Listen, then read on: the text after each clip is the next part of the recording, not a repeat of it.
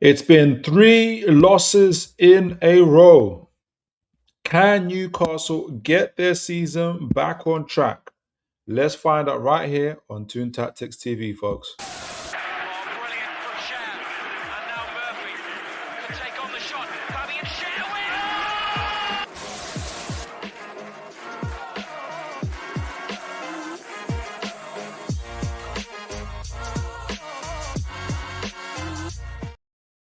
All right, folks. Good evening, good evening to you.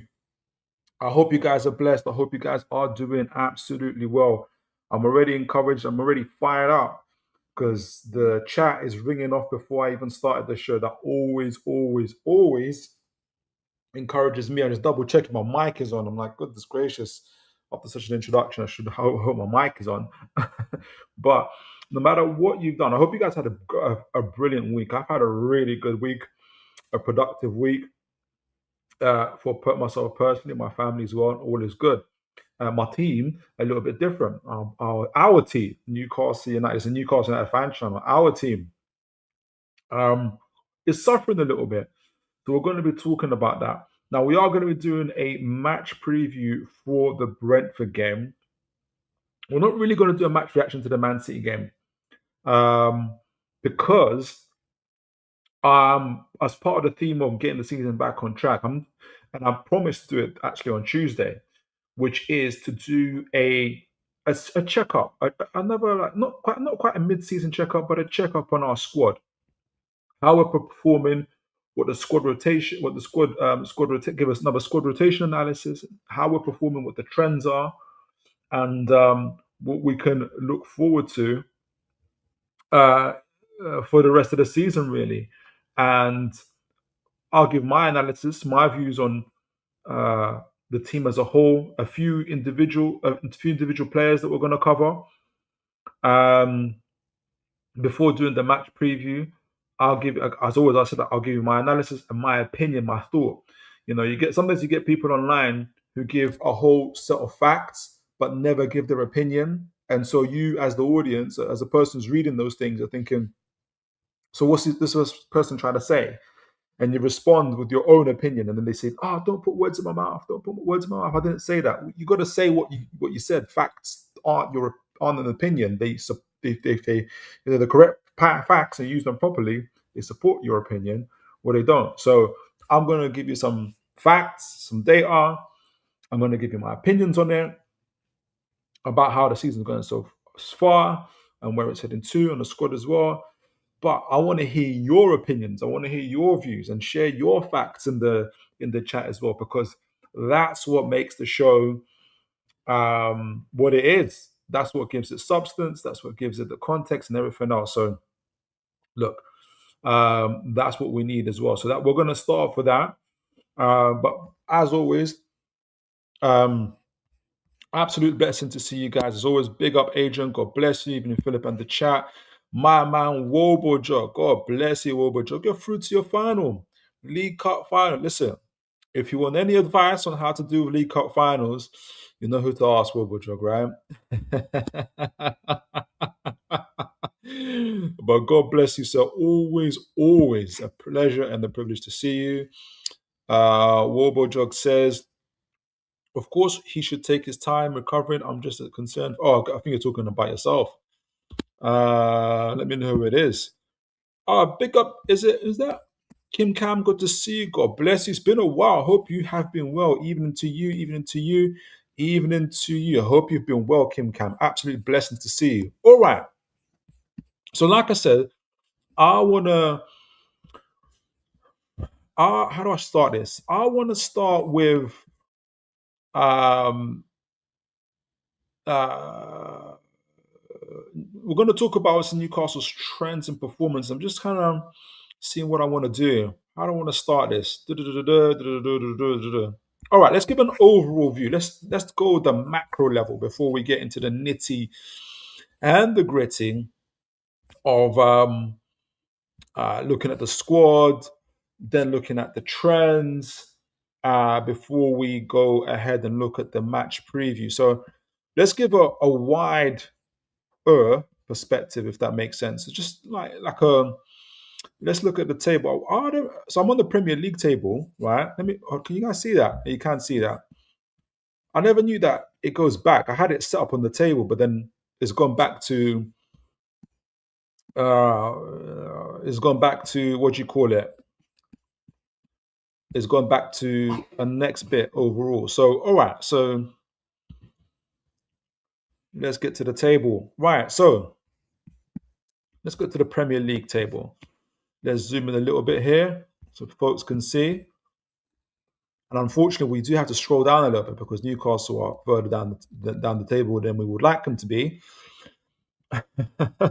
So this is after 24 games played. That's 24 games played. We've got 14 games to go. That sounds scary even saying that. We've got 14 games to go. Newcastle are currently 11th with 9 games won. Is it 9? Is it 9? So yeah, let me make sure I get this right. Let me get this right. WDL. Good. All right. So 9 games won, 6 games drawn, and 9 losses. That gives us a 30. That's so interesting. We've got 33. We've got 33 goals scored, 33 goals conceded. Oh gosh, with 0 goal difference. We haven't seen that for a while. And with 33 points, that's insane. So hold on, we've got 33 goals scored, 33 goals conceded, and we've got 33 points. That is crazy. That is absolutely crazy. That is the craziest statistics. Not doesn't make you doesn't get the pulse going. Like I'm not overly happy about that, but it's certainly interesting. Now, let me see. I'm gonna compare this to last year. Now we always give the caveat, to last year, and that is we played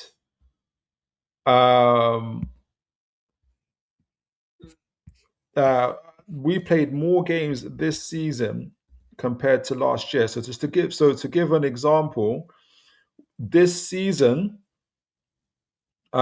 we've played 38 games, right? We have played 38 games. Now, how many would we have played last season? Obviously, you have to minus the Champions League. Let me see how many games we played in the Champions League. Because we were still in the FA Cup at this time. I'm just trying to remember. How many games have we played in the Champions League? How many games have we played in the Champions League, guys? Anybody remember? How many games have we played in the Champions League? I'll have to Google that real quick. So just minus that. But we've played 38 games, a full season already. All right. So we'll give some accurate stats. How many Champions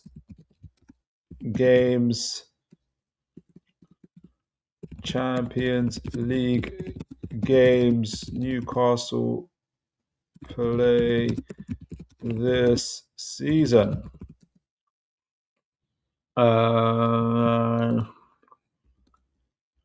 It's not giving me the number. I need to minus it off the 38.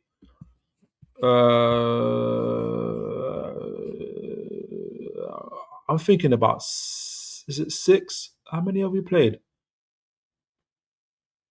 Okay, 1, Barcelona, Union, Benfica, Athletic, Marseille, Bayer Leverkusen, Eindhoven, and PSG. So 8. So we've played 8 more games, right? We've played 8 more games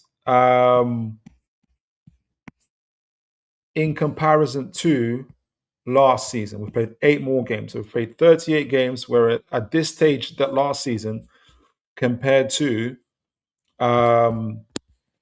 compared to the same stage. Okay, we played 38 games. We played 8 more games this season at this stage of the season compared to last season. So we played 38 games this season, and we played what do you call it? At this stage, this is last year, we played 30 games, right? I'm going to go to the chats in a moment. And at this stage last season, let me get the metric right. 24. Let's get 24. Let's get 24. Now remember, guys, we are on 33 points, 33 goals scored, 33 goals conceded, 0 goal difference, 9 wins, 6 draws, and 9 defeats. I'm surprised I remembered that. All right. Whereas at this stage last season, 24 games played, 12 wins, 5 draws, 7 losses, right? So we won 3 more games. We drew one less game, and we lost 2 more games, right? We scored 42 goals compared to the 33 that we've got now. We conceded 29 goals compared to the 33 we've conceded now, with a 13 goal difference, plus 13. And we were on 41 points, same points as Man City, 2 points behind Chelsea. So points-wise, between us this season and us last season is 7 points. 7 points. We're behind last year by 7 points. We are, by the way, we're still in the League Cup, by the way, as well, going to the final. But anyway, we are how many more goals have we had last season? We had 9 more goals last season, and we conceded 4 less goals. All right. So I heard a few folks in the chat. I'll just briefly say, yeah, that sounds scary. That is scary. So Warbojog says, this is at Juve, Wadidi. Oh, I missed. I'm going to try and keep up with the thing. Big up to you, Kim Cam. I'm just saying to agent, I'm worried about the minor turmoil. Your club will show him. I'll start that Warbojog. I'll get back to about whatever the apparent turmoil in my club is in a moment. The numbers are bad, says Kim Cam. Well, yes, 100%, 100%. Wobojog says, we will avenge Howe. We will avenge Howe. Wobojog says, we will avenge Howe and win that cup. Big up, big up, big up. Since the return of King Kai, I'm genuinely not afraid of anyone. I thought it was Jokeris, but to be fair, you didn't like Jokeris either. So that's I can't even give that to you. Me and you both, Yobojog, we said it. I remember in the preseason we were saying it. He's the wrong guy. Generally not afraid of anyone. It's not even overconfidence. No, exactly. There's a reason to the. I'll be confident if Newcastle were top of the Premier League, top of the European League. I'll be the same thing. I'll be doing the same thing. It's not even overconfidence, but I fancy our odds against any team at worst. It's a 51-49. Hey, listen, like I said, if I were you, I would be confident too. So that is the kind of, like I said, I wanted to have a wider perspective. I wanted to have a wider perspective first before we get into the nitty-gritty of the numbers. So just to repeat, after 24 games this season, we have 33 goals scored,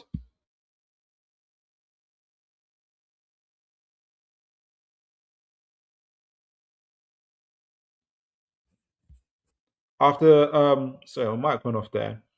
After 24 games this season, we have 33 goals. We have 33 points, 33 goals scored, 33 goals conceded, zero goal difference, 9 wins, 6 draws, 9 defeats in comparison to last season when we had at this stage of 41 goals, 41 points. What's it like? 41 goals scored. I can't remember how many X amount, but we had a 13 plus goal difference, right? So we were in a much better position, right? But we played 8 games less because we weren't in the Champions League. We played 8 games less. And I do think that does have an effect. But I don't, for me personally, out of all the effects, out of all the factors, that is not the main one.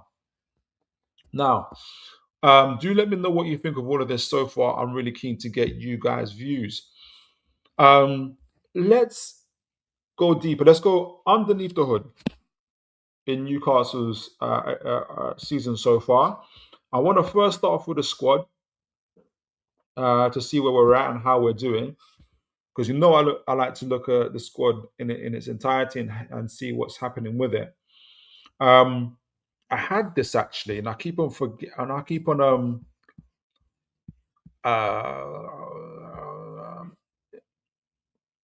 I'll try to do it from the top of my head to try and remember. But if you compare our squads compared to last season's squad, right? Just remember how I do this. This is all the minutes that Newcastle have played so far. Newcastle have played 38 games so far this season, right? And I use the minutes. You can see it going back from 3,000 all the way to 0 minutes, and we break it down. I use the minutes as an indicator to show who are the elite, who are the high dependency players. The players, those are the players who have played between 2,500 minutes, and you're going to see it go down into 500. Who are the most which players the squad is most highly dependent upon. Then you got the core group of players. So the high dependency players play essentially rain or shine.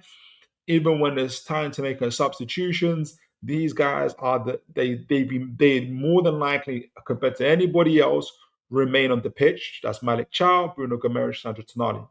The core group are still the main first team players. They are like the high dependent in the first team players, but they are also the most likely, for instance, to get substituted out or rotated out, and sometimes maybe left out for cup competitions. But they are the first team players, and that is or the core group players, and that is Nick Pope, Nick Voltemada, Dan Burn, Harvey Barnes, and Anthony Gordon. And the next part is my name is covering them. They're still my label's covering them. But let me just remind myself of the name. It is the core rotation players. So these are the players who are the most likely to be rotated in and rotated out of the squad. In some you might still consider first team players, but they're the most likely to get substituted. They're the most likely to, and in case that we're going to talk about, get injured also. So they're still part of the core team, part of the core first team, but they're the most likely to get rotated out. Joe Linton, Lewis Hall, Lewis Miley, Sven Botman, and Kieran Trippier. And then the group after that is the key rotation players. The key rotation players, those are playing between 1,500 minutes to 1,000 minutes, so a little bit less involved. They are literally the rotation players. And sometimes it's asked for different reasons. That sometimes could be the quality reasons. Obviously, there's better players on the pitch, first team players on the pitch. And so these are the guys that are used to give those main players in the pitch a rest. They're the ones that are brought on as substitutes, or they're the ones that come on for cup competitions, or maybe after heavy Champions League games, these are the players that get rotated out. But these are also the players who can get injured. So, for instance, Tino Livramento, who you would want to see as a high dependency player, but unfortunately he's been injured quite a bit this season. So part of the key rotational players is Tino Livramento, Jacob Murphy, Fabian Schär, Anthony Elanga, Jacob Ramsey, and Aaron Ramsdale. And then again, even less involvement. This is just rotation players. When we can, they come on. Joe Willock and Wissa.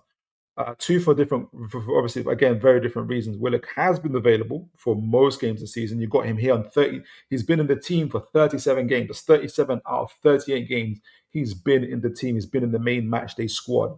Yet he's only played 744 minutes. So I can conclude from that, and I'm sure a lot of you would, is that it's the quality issue, right? And the other one is Yohan Wissa, who's been injured most of the season and has been slowly getting back to fitness. And then 500 to 0 minutes is the essentially development players, or players that hardly ever play. William Osula, Emil Kraft, Jamal Lascelles, who's now been sold to Leicester, and Alex Murphy. Now, I wanted to find, and I can't find it. I need to remember. I was going to. Why is it important? Because we want to be able to, as I always like to know is what is the state of our squad. It will go into kind of our overall thoughts about how Newcastle can finish this season.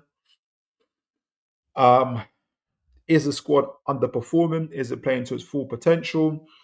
All of these type of questions. Now, I want to kind of explain what all of this kind of means, but I wanted to in that time I wanted to find what I wanted to find was to compare this just as quickly as I can to last season's squad, to kind of see where we're at. Can I find it? Can I find it? Can I find it? That's the key. Can I find it? To kind of compare the squad depth and the squad rotation to last season. Otherwise, I'd have to try and remember it from the top of my head. Have I found it? I think I found it. I think I found it.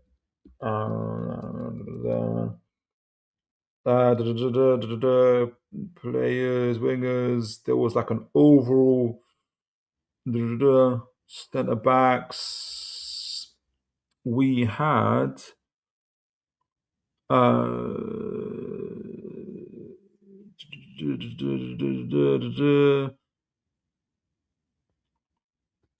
so if we want to compare that to last season, for instance, after last season finished, right?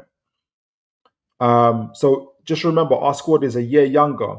Overall squad age is a year younger compared to last season.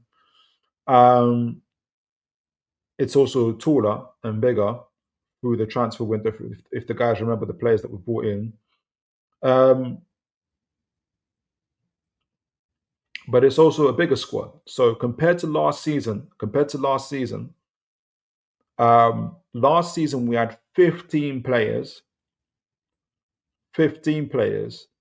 who played over 1,000 minutes, right? So to give you an understanding of that, you've got 11 players, obviously, who are on the pitch.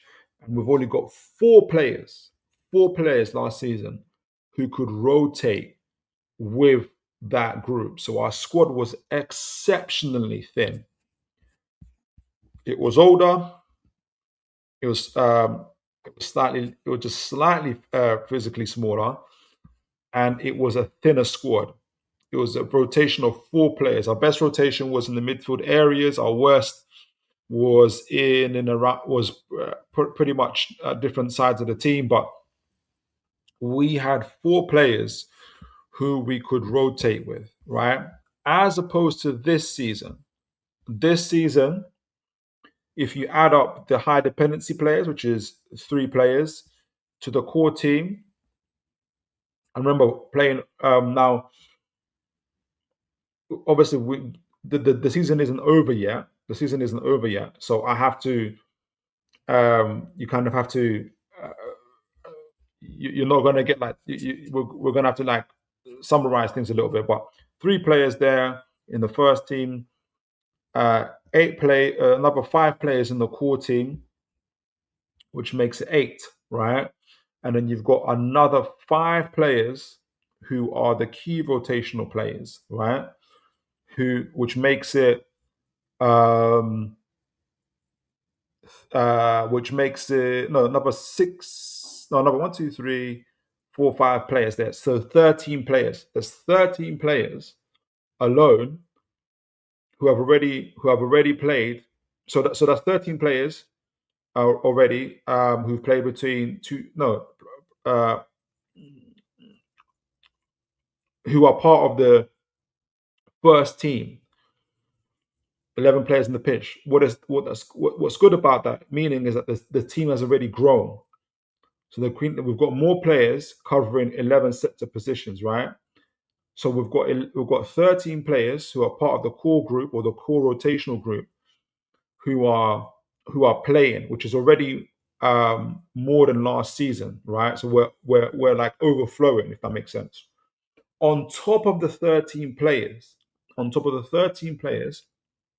we've got another set of key rotational players, another 6 rotational players added to the 13 players who are part of the core first team, right? So far this season, right, which makes it 19 players.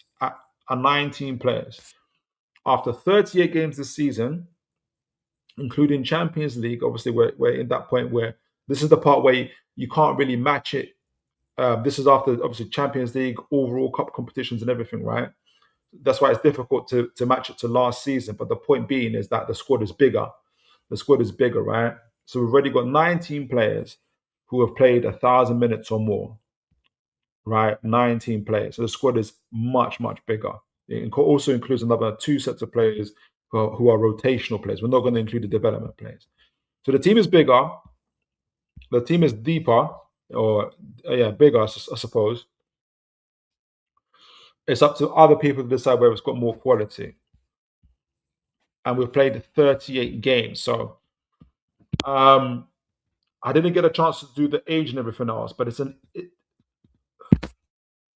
regardless of what folks are saying about the team in terms of everything else, it is being rotated. It's not the same teams of players that are playing. There's 19 different players who have already played, who are out of 38 games have played 1,000 minutes or more, which basically means 10 games or more, right? There's another 13 players that we can say who've played between 2,000 minutes to 3,000 minutes. So between about 20 to 30 games, or 20 to, about between 20 and 30, 38 games, whatever it is. So the team is bigger, the team is got more players, playing rotation, there's better rotation, and that. So there's more rotation. There's more players that are available to do different things. If there's quality in some departments, especially the forward line, that's where we're lacking. So let me know what you think about that so far. What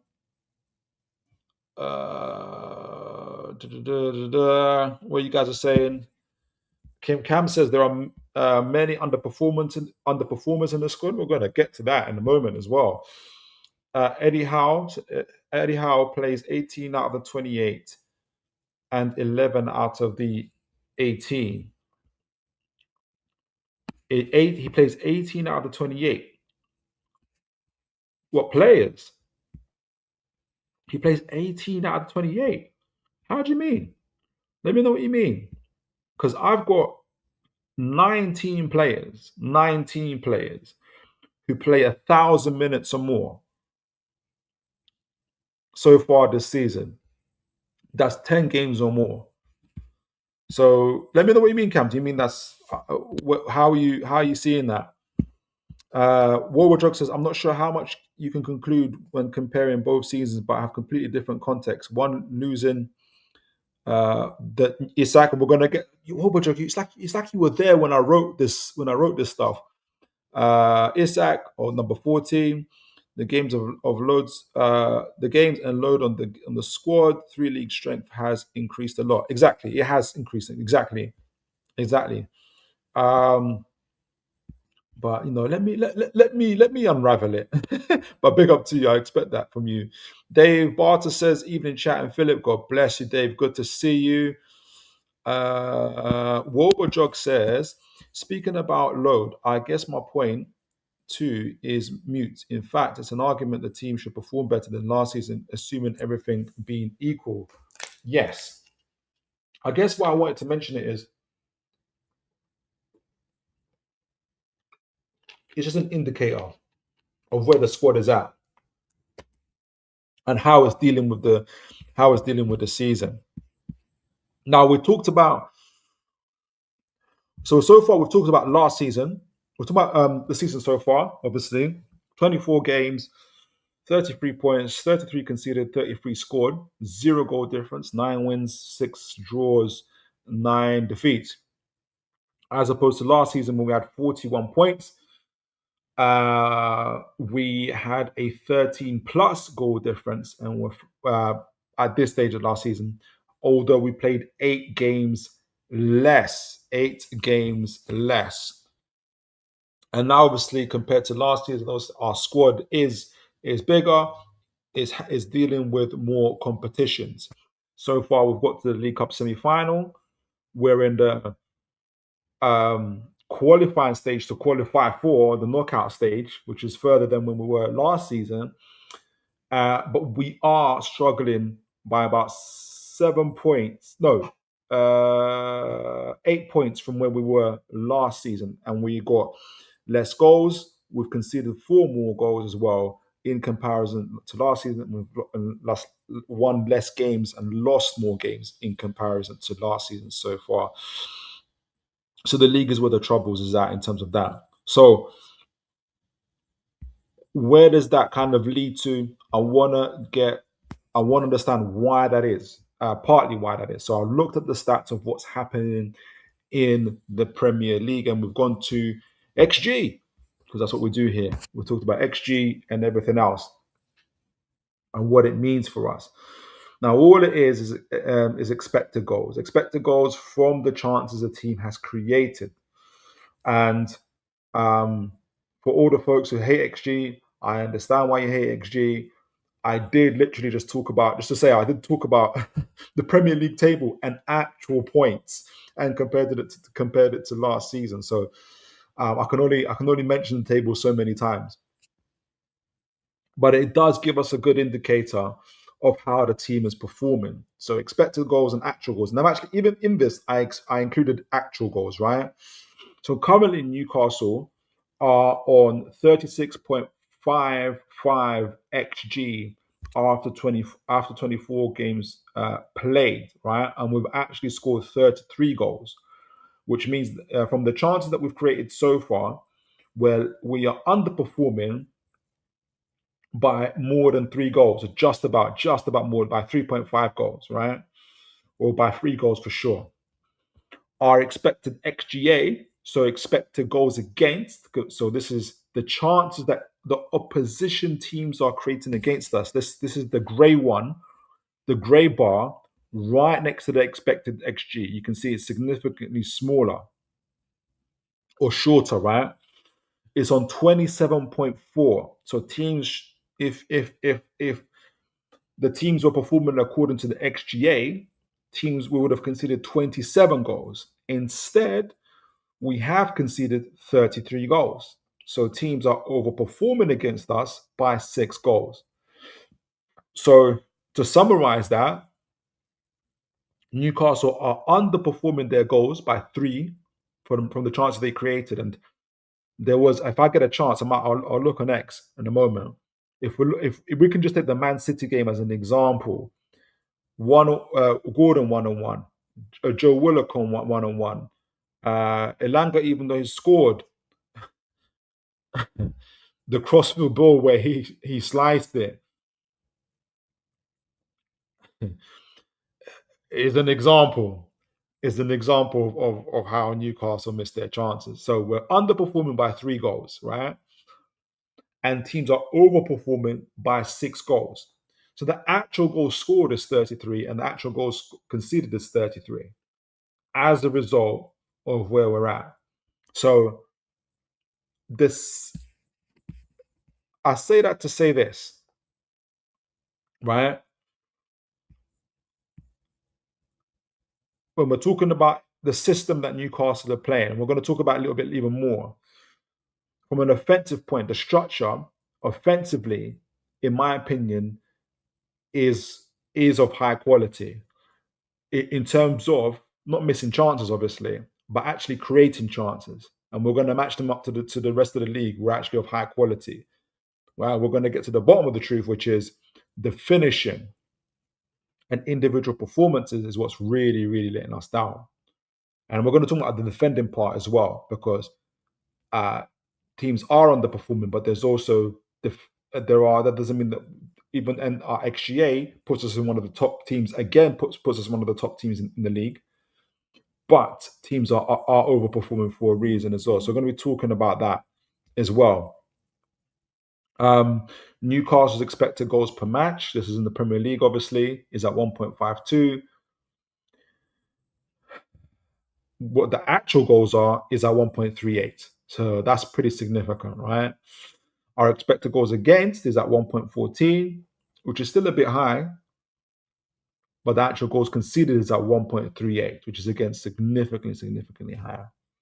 So we're not getting much luck whatsoever. So I'm going to kind of in a moment show you. In fact, I'll go over this in a moment. I'll put it up again. This is Newcastle expected goals for, expected goals against trends, matching them up to the results in the middle. I'm going to speak about this in a moment, but I want to see what you guys trends are saying so far. Not trends, chats. I've got trends in my mind. Robodrug says, speaking out loud, I guess my point on two is, I read that part, sorry. Lumina says, what's up, Philip? You good? Living life to the full, sir. Living life to the full. Good to see you, brother. We have a lot to talk about, my boy. Say your piece, sir. So putting it on the trends, putting it on the multi-line trends to kind of explain what, let me take off this chat first because I can't see the full screen. What it means in terms of how Newcastle perform, right? So the black dotted lines, right, show Newcastle XG, right? So the goals scored, right, per match, right? So you can see here, for instance, Nottingham Forest, Newcastle's XG was somewhere around 3 points something, right? And we won that game 2-0, right? And the grey line is the XGA, what the opponent performed. So Nottingham Forest XGA, the chance they created was around 0.6, 0.67, right? As a result of that, the green bit in the middle is winning the game XG battle. So when it comes to the XG of the game, Newcastle created more and opposition created less, meaning green line. And then you got the result at the top, right? So that's a very, very good game. You perform well, you create lots of chances, you concede minimal chances, and you put away the chances that you have created, and you got the result. So that's the green line there. Then you got the red part, but the result doesn't have a bearing on whether the bit in the middle is green or red. What has the bearing on whether it's green or red is if Newcastle underperform, right? So you can see, for instance, against Arsenal, when they came to St. James's Park and they won 2-1. Now, Arsenal's XG was somewhere close to 2.0. Newcastle's XG was somewhere around the 0.0203 line, hence why it's red in the middle. So it's not red because of the result, it's red because Arsenal outperformed Newcastle in XG and the chances they created, whilst Newcastle underperformed in their XG in terms of the chances they in terms of the chances that they created. So if we're looking at the trends, just on the trends alone, big up to my man Igal. Always good to see you. Igal talks football. Incredible creator as well. Do encourage you guys to subscribe to his channel as well.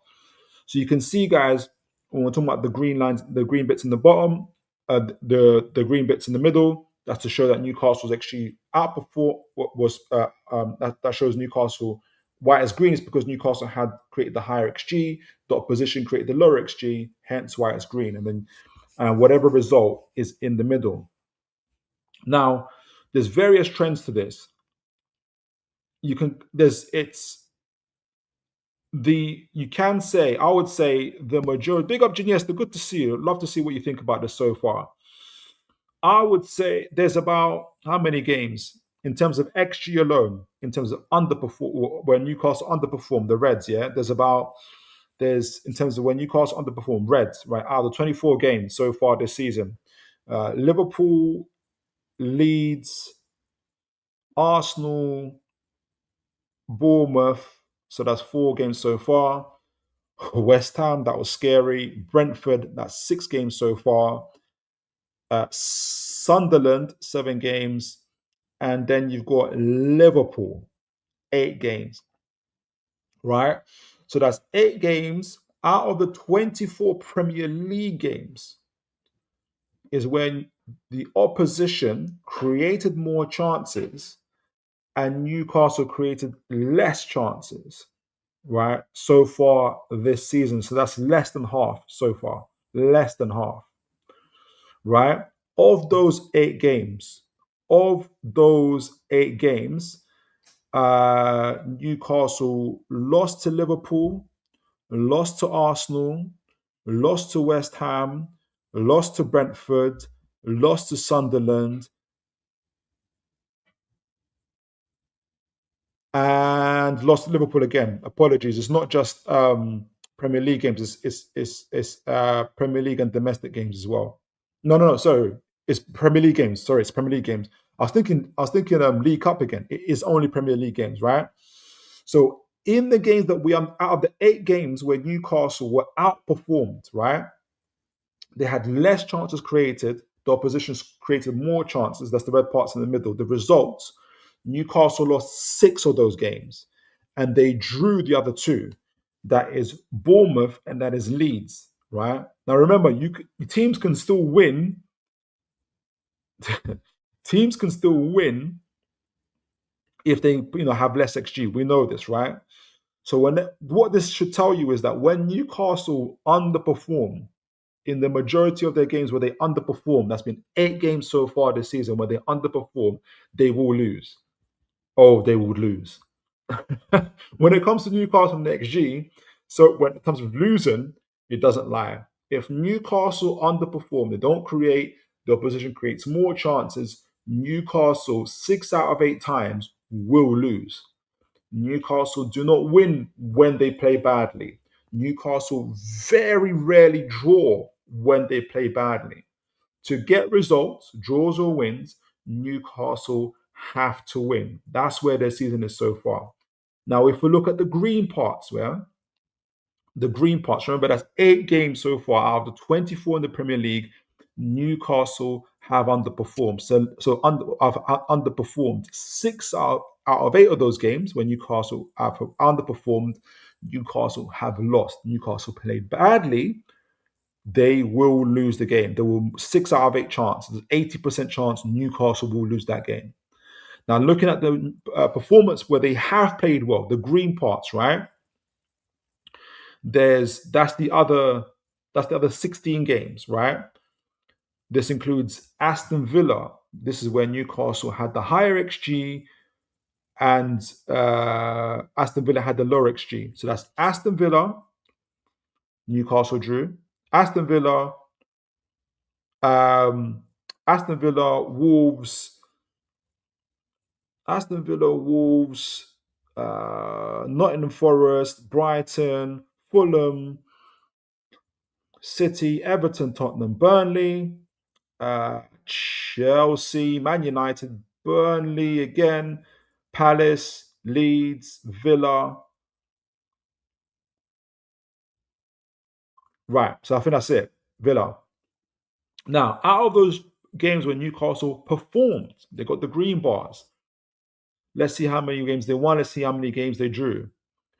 Let's see how many games they won first, where they performed. They beat Wolves, I think that was 9 games, isn't it? Newcastle. We already know Newcastle out of those games. Newcastle have won 9 of those games.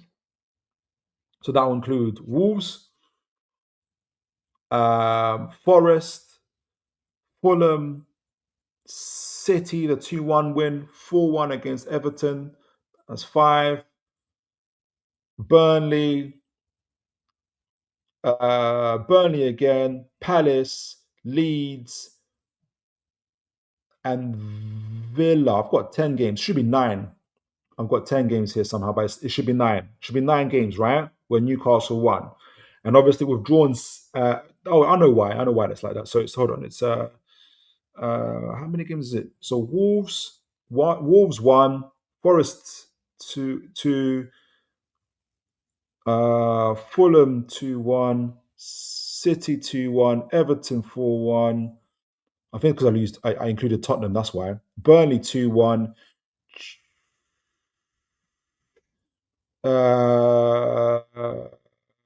Burnley again, Palace again, Leeds again. It's interesting.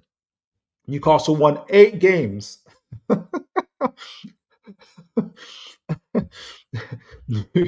Newcastle. Remember, we've got 16 games left. Those that are keeping up. 16 games where Newcastle performed. That's the green ones. 16 games where Newcastle performed. Half of those 16 games, 8 games, Newcastle got the winning result.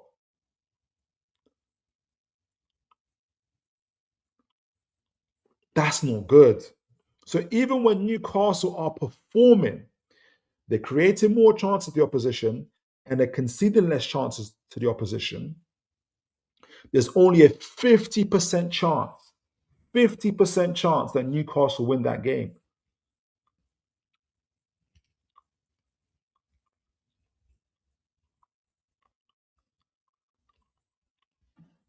Of those games, so let's look at the draws. Of those games that Newcastle drew, where they performed, Villa 0-0, Bournemouth 0-0. Who else? Tottenham 2-2. That's 3. Chelsea 2-2. That's 4. Wolves 0-0. 5 games drew when Newcastle created more chances and conceded less chances. That's 5 games.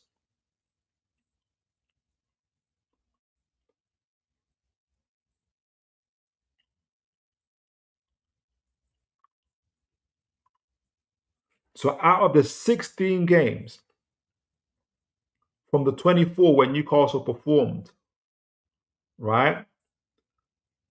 5 of those games they drew. 8 of those games, 50%, they won. How many games did Newcastle lose when they're performing well?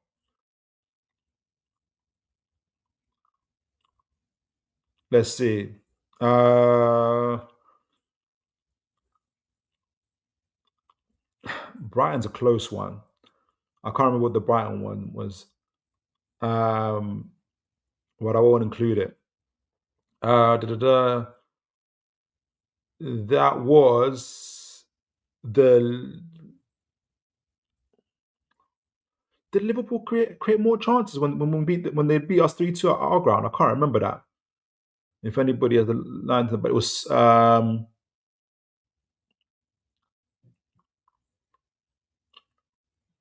2-0 loss to Villa. 2-0. So there's been one game, the 2-0 loss to Villa, where Newcastle should have won. Right? If you're looking at the XG alone, right? Before anybody says we didn't create this, the XG alone, right? And maybe the Brighton game, maybe, but I don't think so, right? So the problem for Newcastle, if you're just looking at the trend so far, from the 24 games Newcastle have played so far in the Premier League, not domestic cups, not Champions League, in the Premier League, right, using XG as a performance indicator. So if Newcastle have scored more goals and have created more goals, created more goals and conceded less chances, meaning it's a good performance, right? So out of the 24 games, as an indicator, out of 24 games, 16 games Newcastle performed well. So about 2/3 of the games so far this Premier League season, Newcastle have performed well. The problem for Newcastle is out of those 16 games that they performed well, they've only won 50% of those games. 8 games. 8 games where they perform well did they win. And 5 games they drew. They drew 5 games. That's 5 too many. If you can conclude the Chelsea game where we're 2-0 up, the Tottenham game where we're 2-0 up, the Arsenal game where we're 1-0 up,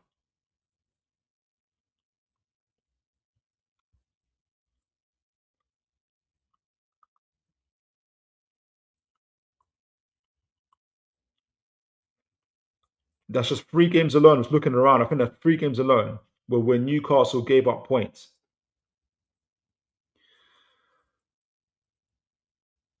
It's not it's scary, right? So Newcastle over 2/3 of the games so far this season have performed well. But however, out of those 2/3 that they performed well, only 50% they won. 5 they drew. 3 of those games they gave up points where they should have where they shouldn't have, and they lost. So that is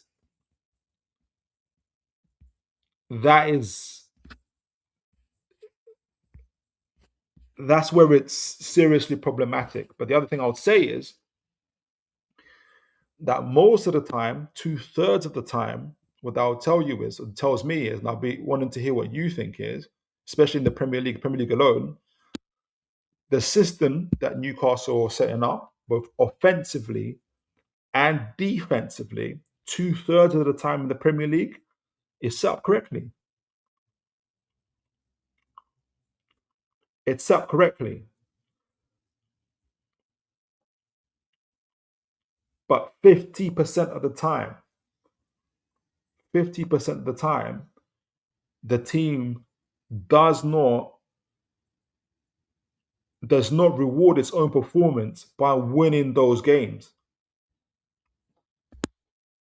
They don't do it. Or there's only 50% of the time. So excuse me, there's only 50% of the time where the team rewards its own good performance with a win. The other 50% is losses and draws.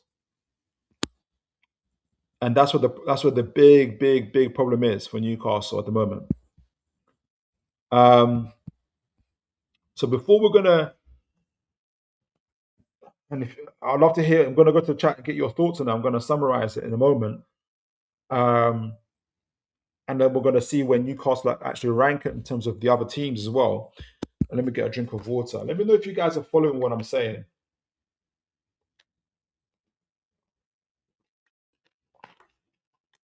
I only finished this literally. This is why I was late, so I didn't really get time to let it marinate in my mind what all of this means. So as I'm going through it, I'm going through it with you guys. Warbajok says, "Damn, being underperforming your XG and XGA, if divine punishment, you spelled divine wrong." So I'm being petty. If divine punishment for last season over performances, then that Gordon cross to Isak still round. Oh, you corrected it as well. Big up to you, Warbajok. Lomino says, "I'm just disappointed that we haven't still found a way to assert control on games while having the ball, because we can't just play this heavy metal football if we can't rest when we have the ball."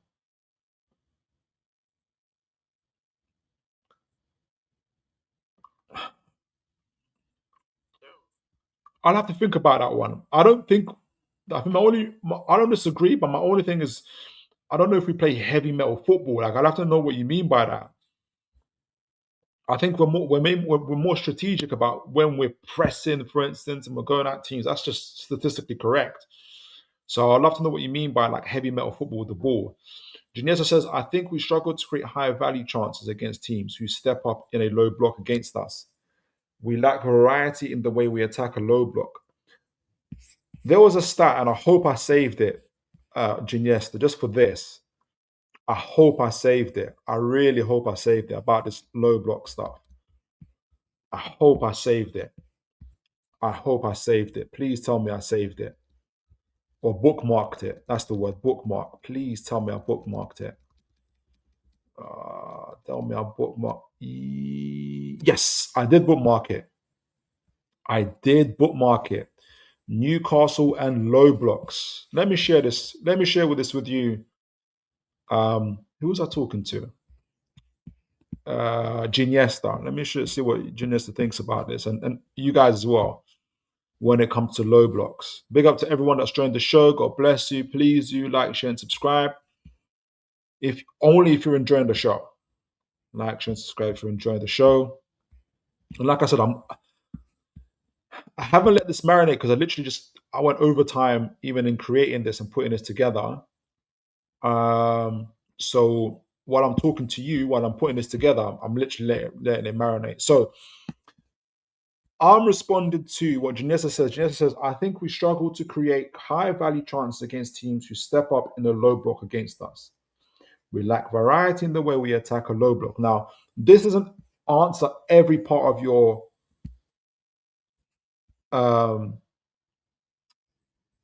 statement, Janessa, but it does answer part of it, in my opinion.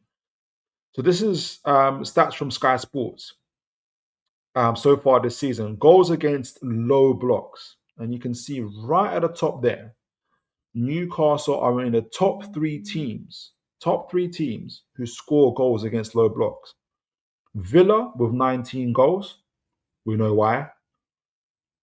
Man City with 16 goals. Newcastle with 15 goals. 3 goals ahead of the next opponent, Man United 12, Arsenal with 11. But to be fair to Arsenal, there is a stat that shows that teams are, when it comes to like, Arsenal face the lowest blocks in the league, put it that way. So Newcastle are third in facing and scoring goals against low blocks so far this season. That's just in comparison. Now, that's not me saying, by the way,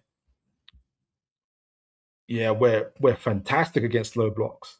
No team is. That's just me saying low blocks are difficult. Number one, low blocks are difficult for nearly every team. The best team in the country so far, Arsenal, they're doing even worse than us against low blocks. Newcastle, the third best team in the country, if you're talking about goals against low blocks, against 4 low blocks. So let me know what you guys think about that. Let me know what you think about that. Lominos says, also, why is Howe not bringing in kids like Shaha? He's not good enough. Not yet. He's not ready. Man, Miley turned out well, and Shaha's nowhere near the levels of Miley, I'd say. Coming when we're suffering injuries like right now, Trippier legs are gone. We are at home. Give the kids a chance. I understand that. People want variety and stuff like that, but Shaha's not ready. We don't have the academy. But those folks that will remember, last year I did a squad analysis of Newcastle comparing it to Liverpool and Bayern Leverkusen. And Liverpool had about 7, 8 academy players, but they were ready. Bradley, Trent Alexander, Curtis Jones. That's what I'm talking about being ready. Shaha's 16, 17 is not ready. Even you can see his body isn't built for it. Not yet. Not in my opinion, anyway. Okay, Adrian says, we don't appreciate the ball enough for my liking. Too much emphasis on verticality in attack and dropping into defensive lines. I'd like to see more variety, fluidity, and management of tempo. There's all that. I think the problem, and I'm going to be talking about it in a moment, is literally just finishing chances. I say literally finishing chances. It's costing us. And this trend line for me is showing that. We're going to get even deeper into it. It's going to go to individual player performances. for the folks that are watching this and thinking, wow, what is this, right? The green lines indicate when Newcastle by XG outperformed the opposition, and the opposition underperformed in terms of the chance they created against Newcastle. Hence why it's green. Out of the 24 games in the Premier League, 16 out of 24 times, 2/3 of the time, Newcastle have outperformed their teams. If you're using XG as an indicator, the problem is, out of those 16 times when Newcastle outperformed the opposition, Newcastle won 8 of those games. 8 of those games, 80%. It's not good enough. The other 8 games from those that are left from that, five of those, Newcastle drew. 3 of those Newcastle lost. And it's well documented how many games Newcastle drew or lost after going a goal up. We had 2-0 versus, what stands out, 2-0 versus Chelsea. They came back 2-2. 2-0 versus Spurs. They came back 2-2. Those are some of the games that stick out as an example. Janessa it says, since last season, is it possible to see how many goals versus low blocks? It says, since last season, is it possible to see how many goals versus low blocks this season? And nevertheless, an impressive stat that surprised me.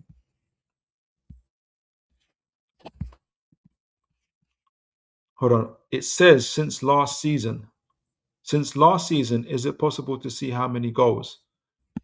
Since last season. Let me double check that. Does that mean because 2026 has just started? Let me just make sure.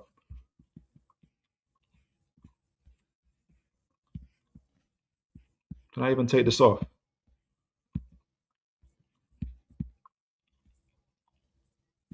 Let me take the name off. If it was last season, apologies, folks. Like if you like proper 24, 25, apologies to since last season. But does it? I took it to mean 25 going into 26. And this post, when did they put this post? Let me go. When do they make this post? Maybe it's an indicator.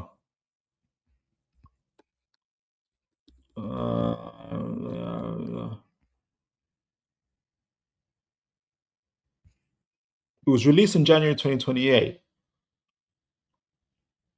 So I took it to mean from 25, season 25 to now 26, from now to here. So let me know. Double check me on that. And apologies if I've misled people otherwise, but do let me know. That's how I took it anyway. All right, so let me bring this back up.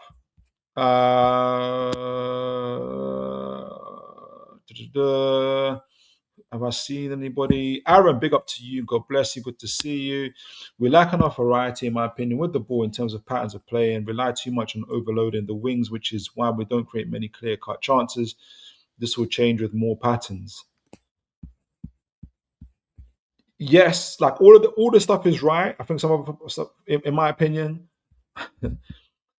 but I guess what I'm saying, what I'm trying to say, guys, again, apologies, I didn't get this enough time to marinate. I'm working with as I'm speaking to you. You're all right.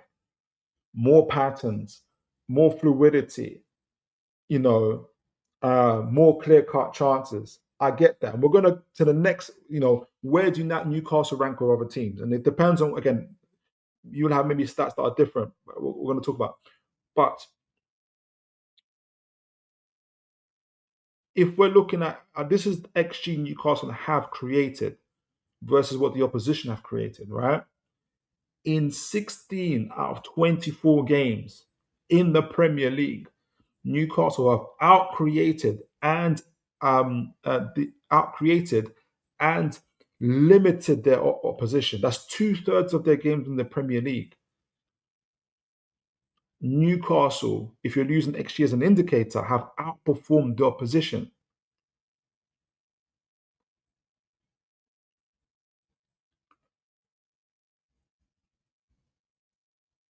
So whatever patterns of play, and not to say that they can't improve, they can always improve, but whatever patterns of play they're doing at the moment, we know they like to overload on the flanks. Sometimes they're vertical, sometimes it's transitional. Whatever patterns of play they're doing so far, at least in 2/3 of their games, 60%, 66%, Newcastle are outperforming in XG the opposition. So they're doing their job. The problem is that they're only winning 50% of those games. For those that remember, the biggest problem we're going to go to in a moment, Newcastle last season, out of the big chances they created, right? Last season, 60% of those, um, they missed 60% of the chances they created last season. 60%, 6 out of 10.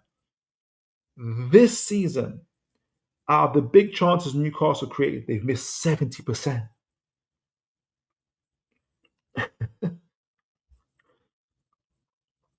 They've missed 70%. It's gone up by 10%.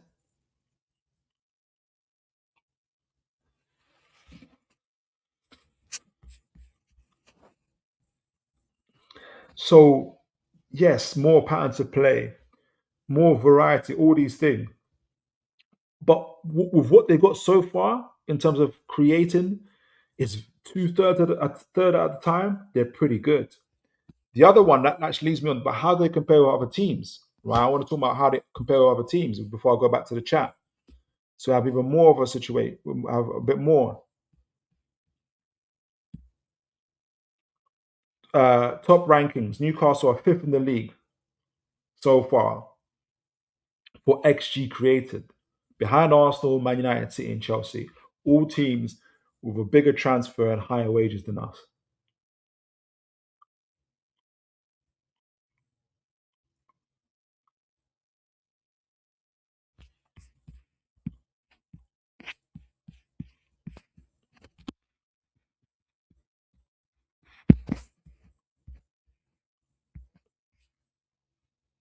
Newcastle are fifth in the league for chances created, 36.5. Goals scored, they're lower. For sure, they're lower. They're even lower than fifth. That's the problem. They're underperforming by 3 goals. Arsenal are overperforming by 3 goals, but they've scored 46 already. Doesn't matter. City are overperforming by 5 goals. They scored 49, so it doesn't matter.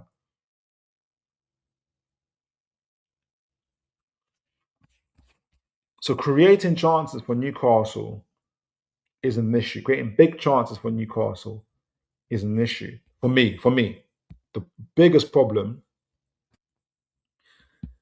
is Newcastle finishing their chances. So I'm gonna round this all up and give a conclusion on it. And before we go to the Brentford game, but first I want to be able to get your opinions on this, guys. Get your thoughts, food for thoughts on this. Opinion. Where was that? Lomino says, let me get my drink of water.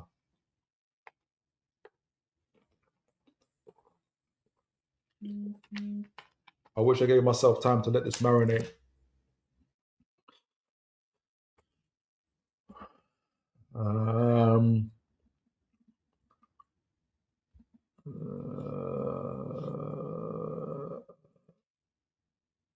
All right.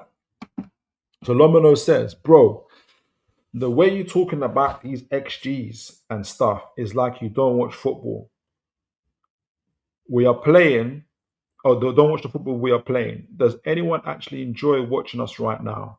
Come on, we have gone back to Bruce ball. I think in terms of whether you enjoy football or not is a subjective thing. You know, Um, so what people enjoy, what people don't enjoy, is a subjective thing, right? So for me, I do enjoy, not just Newcastle, but I'm enjoying the league overall. We're far from Bruce Ball, right? Bruce Ball doesn't get you into into the qualifying rounds of Champions League. Bruce Ball doesn't get you into the semi-finals and finals of domestic cup competitions, right? So it's nowhere near Bruce Ball at all. I do watch the games, and for the folks that know, we do. That's what we do: match reactions and everything else around. So we talk about that in in um in uh in quite detail. But you might have missed the beginning part of the show, Luminous, where I said I wanted to analyze the team's performance this season so far. We've played 38 games, so I can't talk about every game that I've watched and give video highlights. I'm using stats and I'm being objective about trying to be objective through the numbers of what we saw or what we've seen. And obviously, in that time, that's why I rely upon you guys to give your opinions and to give your versions of what you guys are seeing in the games as well and what's happening. People are talking about patterns of play, attacks, and everything else like that. So, but yeah, that's why I'm talking about XG. That's why I'm talking about numbers. Essentially, hence that is the reason why.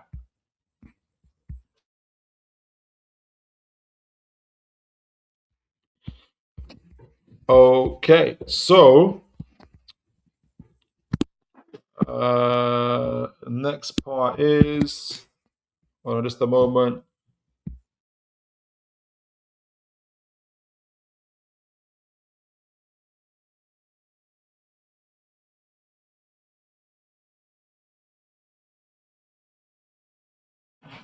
Right, so next is Janiesta says, I thought they meant 24-25 this season combined. I thought, for the, so that's what I took it as. Yeah, so that's what I took it as. That I took it as from last season to this season because this season isn't finished. That's how I took it as. So um, that's how I took it. So maybe we're both right or both wrong. I haven't got a clue, but that's how I took it. And the fact that it was released this season, I don't know. So Adrian says, "Are we saying if you don't score goals, you don't win games?" I think it's even worse than that for Newcastle. I think Newcastle score goals and still manage to draw games or to lose games. That's the problem for Newcastle. There's not been many games this season. How many goals have Newcastle? How many games have 24 games? Out of the 24 games this season, how many games have Newcastle not scored goals in? Aston Villa, Leeds, Bournemouth, Sunderland, Man United, Wolves, Villa. Quite a bit actually. 8 of those games. So a third of those games we didn't score goals. So you might have a point there. A third of those games we didn't score goals.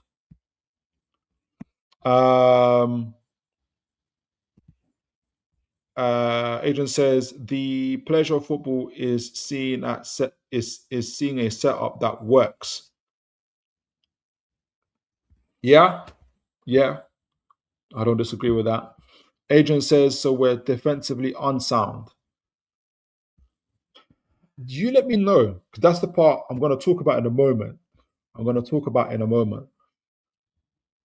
Because teams are overperforming against us, but then if they're consistently overperforming against us, is it even an overperformance anymore? Janiesta says we were very effective against low blocks last season with the Murphy Isak partnership in particular. It would be interesting to see how we have fared from August till now without Isak in the team. Yeah, I took it as to this season, literally to this season. So let's see. And it really, we were far more direct last season compared to this season. So I think I'll be surprised if we score if that was for last season, in my opinion. All right, so Newcastle, as mentioned earlier, Newcastle ranked fifth for chances created so far this season. When you compare them to other teams, we had the trending lines and everything else. So let's conclude all of this and see what it means. Isak, we mentioned him a lot. We've mentioned him a whole lot, right? Newcastle create better chances than almost anyone in the league, but they are underperforming expected output by nearly 4 goals, and they're also underperforming their expected output by 70% of their big chances being missed, 10% higher compared to last season. Isak to Liverpool has left the squad with a clinical finisher, while Nick Voldemar has got 7 goals in the Premier League and Bruno has 8 goals. They've stopped up. They often require multiple chances to score, which is true. We've had a tactical shift. Eddie has shifted his tactics to a more possession heavy, so from a 4-3-3 to a 2-3-5 in the final third. So for those like who big influencers who keep on saying we're playing the same, we're not playing the same. We're playing in a different formation, guys. We're playing a different style of football altogether. The trend, we dominate the ball and pin teams back. It was about 52-53% average possession, but we are increasingly vulnerable to defensive transitions. Going back to, I think, what Adrian says about are we defensively unsound? The cost, approximately 70% of our conceded goals, 70% of our conceded goals have come from set pieces. That's crazy. That is crazy. Or turnovers. Okay, 70% set pieces. I thought it was just 70% of pieces altogether. Set pieces or turnovers driven our own build-up. Our own build-up. So when we're busy trying to break down the opposition and they break on us, we concede, or they break and they get a set piece. We concede that set piece. We then concede from that set piece 70% of the time. We control games. So it says they are controlling games only to lose them in a chaotic 10 seconds.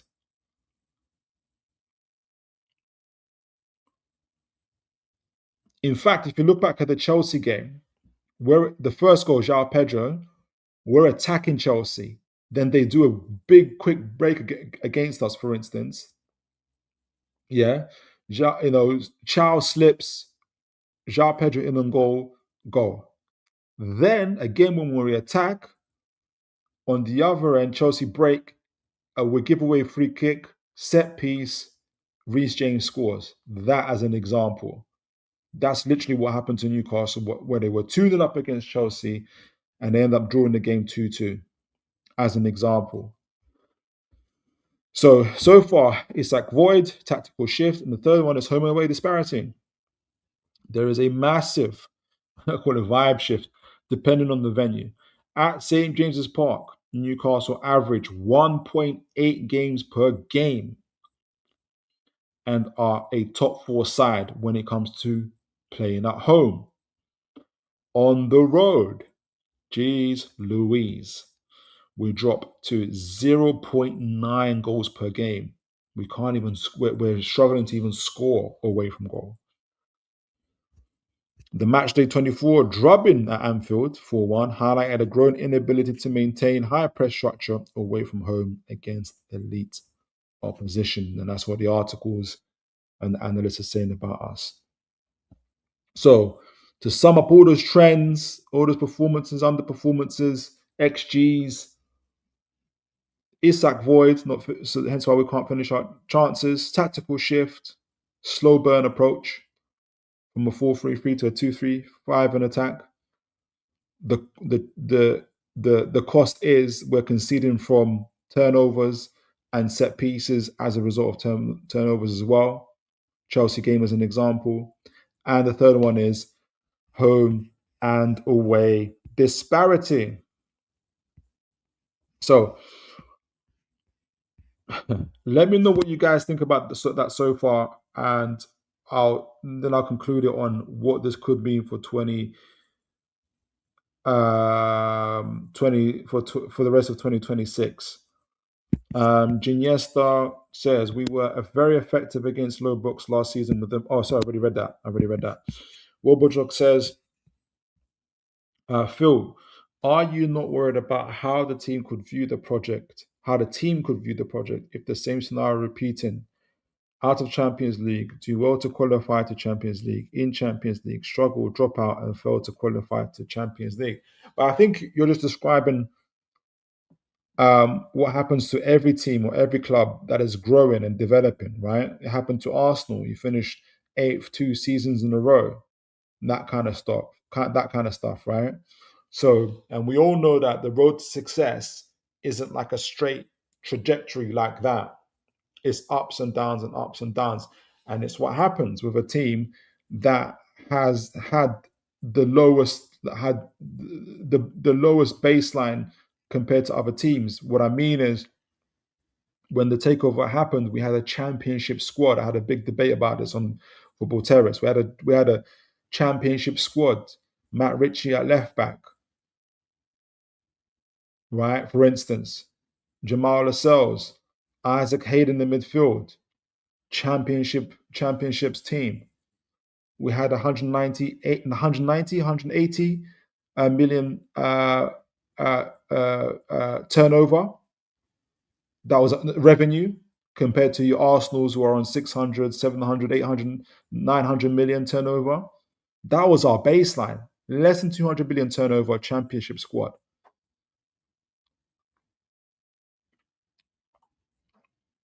To maintain Champions League and to maintain those positions is very, very difficult as the team is growing, but the team is growing. This year, we're projected to get 400 million revenue, right?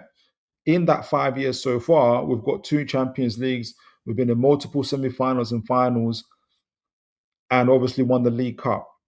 This year, we're going a step further in the Champions League, and we're going into a qualifying round of the Champions League. Hopefully, if we beat Carabao and we get to into the next knockout stage, again, we've already improved on that.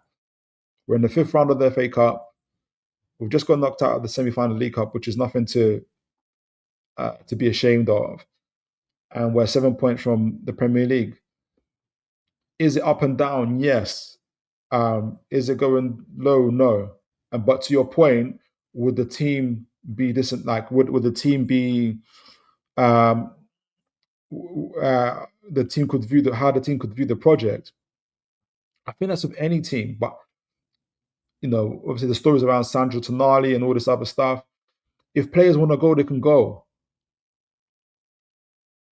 There's other players that believe in the project. Bruno Gomes has been here 4 or 5 years.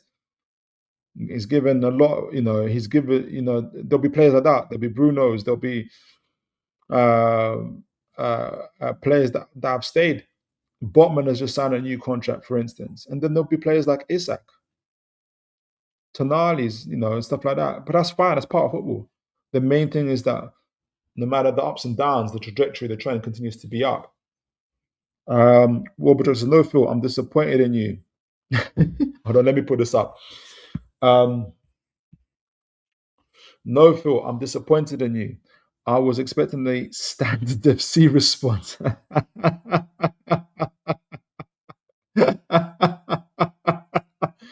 There is a big Newcastle influencer who's definitely got standards FC. Off with their heads. We need a new manager, new backroom staff, new players, etc.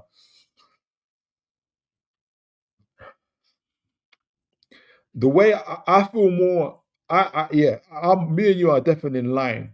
How do I say this? I can understand. I don't agree with it, but I understand it more from clubs and teams like Arsenal, because you've got a recent history of standards. For the people, especially influencers that are saying it now for Newcastle, is insane when they're talking about standards. Eddie Howe is the standard, right? It's not that we're 70 years without the trophy. Eddie Howe is the standard. He's just equaled the number of games of Sir Bobby Robson, my favourite Newcastle manager of all time. What standards are they talking about when it comes to Newcastle? In my opinion, if they're going to do the standards FC stuff, I don't get it. From my own personal opinion, I don't get what they mean. I feel like they're trying to be too much like the influencers of your top 5, top 6 clubs because they see the numbers and the likes. In my opinion, because I don't see the logic in it. I don't see when you say standards FC. If you're a Chelsea fan, you look back at Ancelotti, you look back at Gus Hill, you look at all the incredible managers they've had. If you're Arsenal, Wenger, and before that, you've got like a recent standard, right? You've got something to lean on. We didn't win a trophy in 70 years. I've witnessed 2 relegations. I've seen multiple relegation battles. So have the people that I've watched the fans that watch this channel. Eddie, like, it's not even like for me. I'm not like whether it's Eddie Howe or whether it was Gareth Southgate, whoever took over Newcastle and achieved what Eddie Howe. I'll be saying the same thing. I don't really care if it's Eddie Howe. You've won a trophy for my club. I've never seen Newcastle win a domestic trophy. You've won a trophy for my club. You've got multiple Champions Leagues. You've been in multiple semi-finals and finals. Eddie Howe is the standard. What are they talking about? So, yeah. Anyway, I don't think Arsenal should get Tonali, rate him, but not what we need for now. How much it'll cost? Plus, the ownership hates Arsenal. Do we? I don't know whether we did. I don't think maybe we don't like Liverpool. I think however much we might hate Arsenal, I think Liverpool might take the biscuit. I think the standards expire after 5 years. Yeah, probably. I'm laughing, but I think you might be right. I think there should be like a standards expiry date. If you're not successful after 5 years, forget that. You have to just restart again. Start the standards again, isn't it? Not winning the league for Arsenal in 22 years is the standard. So we win it again. Right. Right. Right. So that's just my opinion. All right. So just give me 1 second. I need to close my door, but I'll be here in a minute.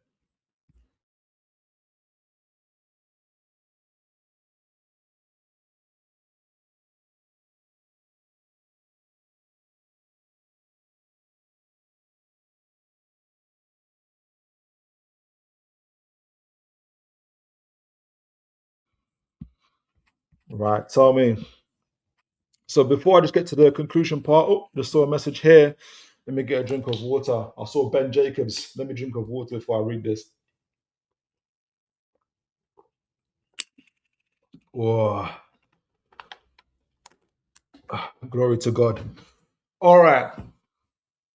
So first of all, big up to Connor. God bless you, sir. Connor's sent us information around Ben. So I take it this just happened just now. while we're live, Ben Jacobs, Newcastle and Bruno Guimaraes have a verbal agreement to listen to offers. Jeez Louise. To listen to offers around 80 million from Champions League clubs this summer if the club don't qualify for the Champions League.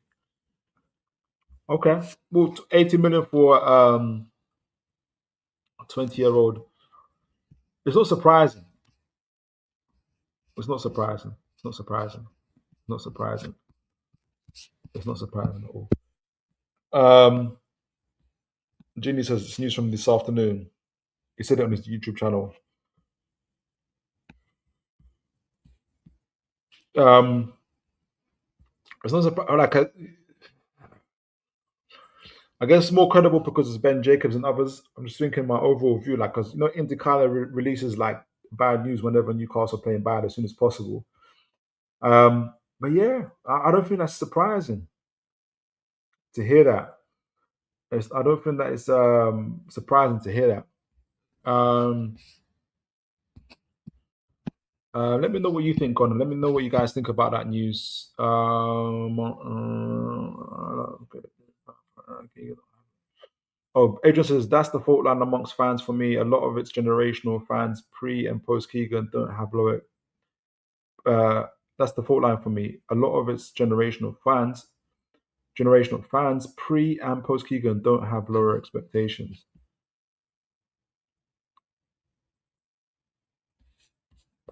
I understand where you're coming from, Adrian, on that, but there's the but for me. We've witnessed relegation, bro. Like, guys, I've still got the scars. I just think, God bless Keegan, saw Bobby Robson, my favorite manager. I've seen relegation. I don't know what standards they're talking about. World Justice Connor, I think it would be hard to find a club that will pay that much for Bruno at 28, especially Tonali at 25, possibly cost around the same, in my opinion. Yeah. 3 non-negotiables. They can't sell Paul, Bruno, and Miley. The rest can go if we get top dollar. I think it'd be hard to keep Bruno if we don't get Champions League because he's been good for 5 years. He's been generational for 5 years, and he's at his peak. He can't be spending another year or two thinking about whether he's going to get Champions League or not. As much as it pains me to say. All right, so 2026, and that's why when I'm going to be talking about, we're getting closer to the transfer window. The transfer window will actually buy players. Summer window. When I'm going to be like doing my kind of predictions or evaluations, I've already got in my mind that there's a possibility of 2 to 3 first team players who could leave Newcastle this summer. And the money that I think that we're going to spend is probably between 250 to 300 million so far, based on having a lot of that based on having to replace those 2 or 3 players. So I've in my kind of early predictions, I've got that locked in.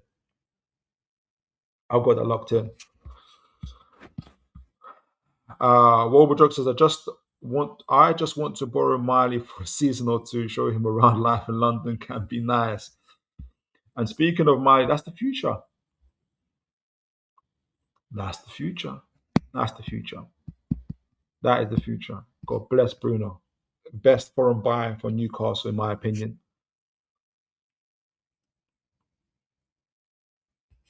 Yeah, like, again, it will pay me if he was to leave. It would absolutely pay me if he was to leave. But I've already said it like before, like the commitment he showed throughout these years, saving this club from relegation. He was there. He was part of the first 5. He took the chance on us, showed big cojones, saved us from relegation. In that season when we had horrific injuries, he was the one that stayed fit and played, got us into multiple Champions Leagues, got us the cup, multiple semi-finals and finals, showed heart, never down tools. I can't,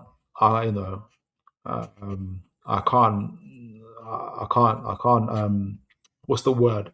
I can't even bring myself to say it. I can't begrudge him. Janessa says, Bruno is key of in all phases of play. It's impossible to replace a multifunctional player like him. It's not impossible, but it's very, very difficult. Supremely difficult. I keep telling people they keep telling me about Casados, Declan Rice's, Enzo's, and I'm like, Bruno's better. Like, he's up there with all these guys. I can't believe he doesn't get included in conversations. Connor says, I'm concerned. I'm going to read what I'm hoping for 2026 in a moment, because I wasn't going to lose my train of thought. Connor says, I'm concerned about Hall as only on 30k a week, needs a new contract. He'll get it. 30k isn't a problem. Lead of an example as well, invaluable for us. I agree. Geordie Z, big up to you and God bless you. Good evening, mate. A lot of our big players are going to leave this summer. Geordie Z, I haven't seen you in absolute months, and that's your opening line to me. You're lucky I like you, sir. But I hope Eddie stays. He's the glue that keeps this club together. I agree. I agree. So 20s, after speaking about trends, performances, XGs, player squad depth, um, everything else, what does it kind of, and we talked about the three areas where Newcastle's chances are: the Isak void not finishing is a crisis, tactical shift, we've changed from a 4-3-3 to a 2-3-5. The trend is that we dominate the ball more, but we're vulnerable to defensive transitions. 70% of the goals that we conceded are from turnovers when we're on the attack, and set pieces when we're on the attack. Home and away disparity. We are a top forward side at home. We are close to relegation when it comes to away from home. Three areas. Absolutely insane, right?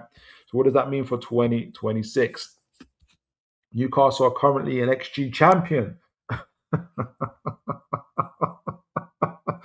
We're fifth in the league, as I said, fifth in the league when it comes to creating chances. We're not too far high. We're not too far out for.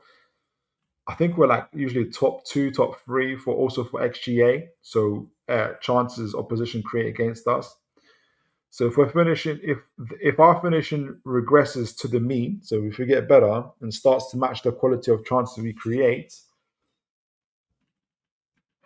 we're likely to surge back into European spots. However, if we don't fix the rest defense, so defending against transitions, the structure that protects them when we lose the ball, we will continue to be a team that dominates the stats but loses the game. And I think that's probably been that last sentence probably captures our season so far. For at least 2/3 of the games in the Premier League, we dominate the game with our stats, but we lose the game. So we have to fix our defense, even though it is XGA wise a good performing defense.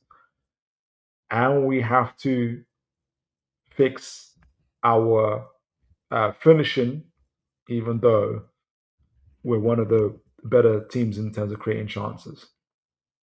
We don't want to be XGA kings, we want to be Premier League kings for the season so far. So let me know what you guys think of all of that so far. And that leads us to the XG and the well into midnight, coming up to midnight. But we're going into the preview for the Brentford game in a moment, since that we're all talking about XGs. But before we just do that, let me read the chats and see what you guys are saying. Lots of folks have joined in as well. If you're new to the channel and you're enjoying what you're hearing, as long as you're enjoying what you're hearing, if you don't, then don't do this. But if you are enjoying what you're hearing, please do like, share, and subscribe. This is Rich Arsenal. I guess you support Arsenal. Always a pleasure and a privilege to have opposition fans join our channel for however long they're on for. God bless you, Rich. And Rich says, Arsenal fan here. Oh, you literally just said it as well. So sorry, Rich. I see the name. I saw Arsenal for. Let me pick you up. God bless you, Rich. Arsenal fan here. Just sub. Thank you, sir. I have grown up with so many Geordies, loads of friends, fans. I did a video on my channel about how. I'll look it up. Thanks for that, Rich. Good to have you on, sir. God bless you. Warburg Shog's talking to somebody else. Rich says, I am a big fan of Howe, but has he taken you as far as he can? He would have won Arsenal the league. I know that if we had him in the last 6 years, he's better than Arteta. You kind of undid what you just said, though, Rich. Has Howe taken you as far as he can? I kind of I initially thought that implied that he can't do any better than what he's done because he's not as good a manager. Then you said he would have won the league of Arsenal, so he can win the league. So I kind of feel like, no, he hasn't taken us far. He can take us further. Unless you think the other way around, that it's Newcastle that are the problem and not Eddie Howe. So Newcastle aren't going to grow Newcastle can't get, as a club, as a team, can't get any better, and therefore, excuse me, Howe should go to a better club. If that is the case, I strongly disagree with that, because our revenue is growing, our wages are growing, the club is growing and it's getting better. So um, that's only going to mean we're going to get better players and we'll continue to win stuff. So, but let me know. Let's clarify that for me, Rich, if you can. Ginesta says, oh wow, there's a lot more. One of my main criticisms of our structure is the way we are wide in possession. Having a more compact build-up would improve our arrest defense, as we would have more bodies close to the ball. Yeah, yeah, yeah, I can see that. Why do you think Ginesta then? Why do you think Howe prefers the wide in possession? Why? Because Howe must know what you're saying right now. Howe must know this, right? So why do you think, if you've got time, Ginesta, why do you think Howe is leaning towards having wider possession? Rich says, it took him only 18 months to go from taking Newcastle out of the relegation battle to battle-ish to Champions League in 18 months. He's brilliant, but do you guys still back him? As fact, like I can only speak for myself. I know that some fans, even on this channel, some fans don't, some fans do. At the moment, I definitely do back Howe. Rich says, big up all the Newcastle fans. You're great. God bless you, Rich. Thank you, sir. We've got big up from Ginesta as well. All right, so let's do the match preview. I was 15, 20 minutes late, so hence we're running over. And if you guys are able to stick with me, stick with me. Like I said, it's been sobering. It's not been, because sobering implies that I didn't know this before. We knew a lot of this. Like, I'm sure some of the stuff that I'm talking about, a lot of the stuff that I'm talking about, we already know through watching or through the data that we've seen, or even watching the show, a combination of the both. I guess, like I said to you guys, I didn't get the chance to do this and let it marinate and process my thought. Literally, I was doing it. I did it. I even ran over the show, and I didn't get to think it through. And it's I'm left frustrated and angry a little bit. I say angry. I don't know if that's the right word. Frustrated because I know that I know that we've got the right system to create goals and to defend well. I think, though, players have been underperforming in attack and in defense. And we have the potential to be such a great club and such a no, that's taking it to have such a great season, right? And Premier League wise, we've got 14 games to prove it. So let's start off with Brentford. Newcastle versus Brentford. We're going to continue with the XG stuff, and we'll go to the tactical board in a moment. The narrative is high volume creation versus clinical counter attacking. So the high volume creation is Newcastle.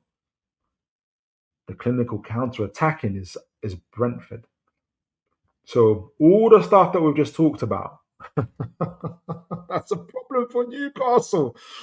Getting caught on the counter to a team in transition, who have a score from the turnover or from the set piece. It's Brentford.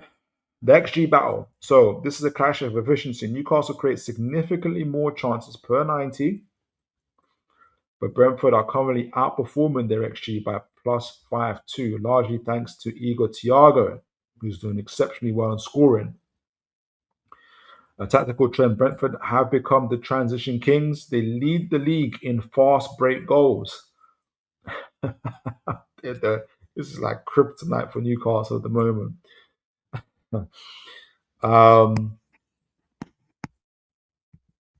In fast break goals, right? So they scored 9. Newcastle's high defensive line and slow rest defense, recovering after losing the ball, which might be down to the fact they've played 38 games already, make them extremely vulnerable to Thiago's pace.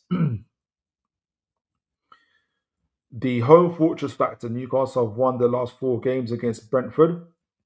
at home. If Magpies can stifle the counter, our superior presence, Malik Chow and Dan Burn or Botman, usually win out on set pieces.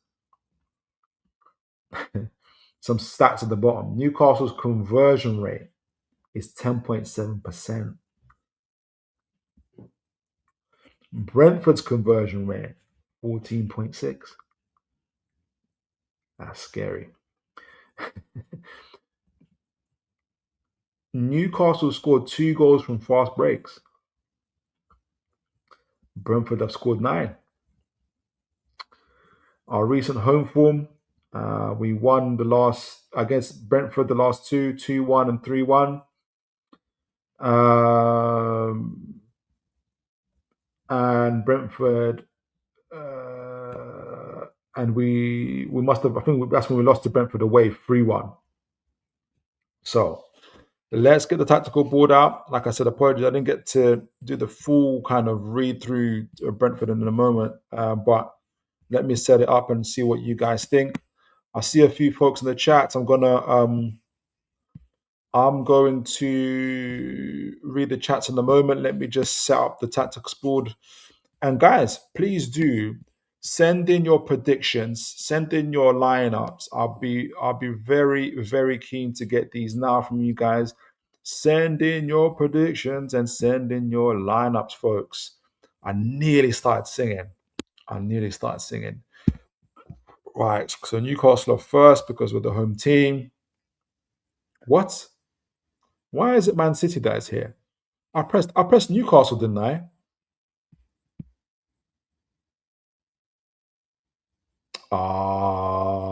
JLA, you've messed up. JLA, why have you guys got Man City? JLA is messed up. For Arsenal, they got Arsenal players. This is going to be interesting, guys. I have to find Newcastle somehow hold on, you got Villa's players, right? Mate. You got Bournemouth players, right? Brentford. So maybe you got Brentford players, right? So let me get Newcastle. Can we get Newcastle? Are Newcastle under Man City then? Let me just check Newcastle first.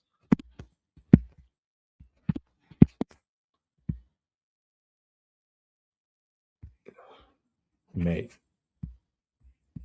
So then who's Man City got then? Man City got Newcastle players. Right, guys. So you're going to have to grin and bear it, but we're in Man City colours at the moment. Actually, can we change it? We can change it. Can you see this? Oh, you can't see it. Sorry, you can't see it. But JLA, the tactics board, they've mixed the teams around. So Newcastle are in Man City emblem, but the Newcastle players there. So I'm just trying to see if I can change the thingy-majig custom kit.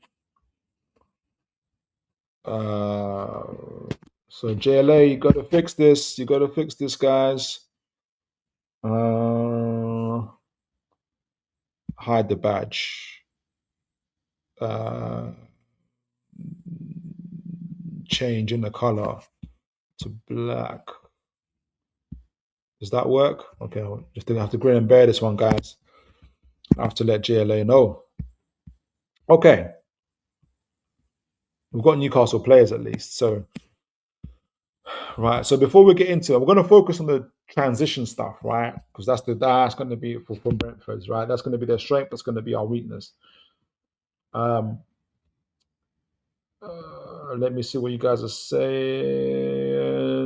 Because of those soldier, Rich, big up all the Newcastle fans. Rich says, sorry, mate. What I'm saying is, I think Howe would have won a league with Arsenal in the last 6 years, with how long Arteta's been here and the money Arteta has to spend.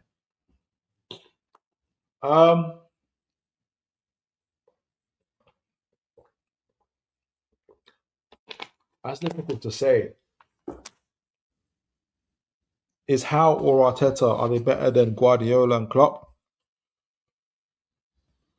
And those teams, I don't think so. Mm, against Slot, with a Liverpool team that's won Premier Leagues, Champions Leagues, is difficult. Um, I think Arteta's done a really good job, and it depends when people say how long. What's the reference point, and who do you compare? Who do you compare Arsenal to? Um, is there a team that's come from very, very similar positions to Arsenal who have spent less money and beaten some of the two of the best generational managers of this century, not century, but of this time? I don't know. I don't know. I don't know.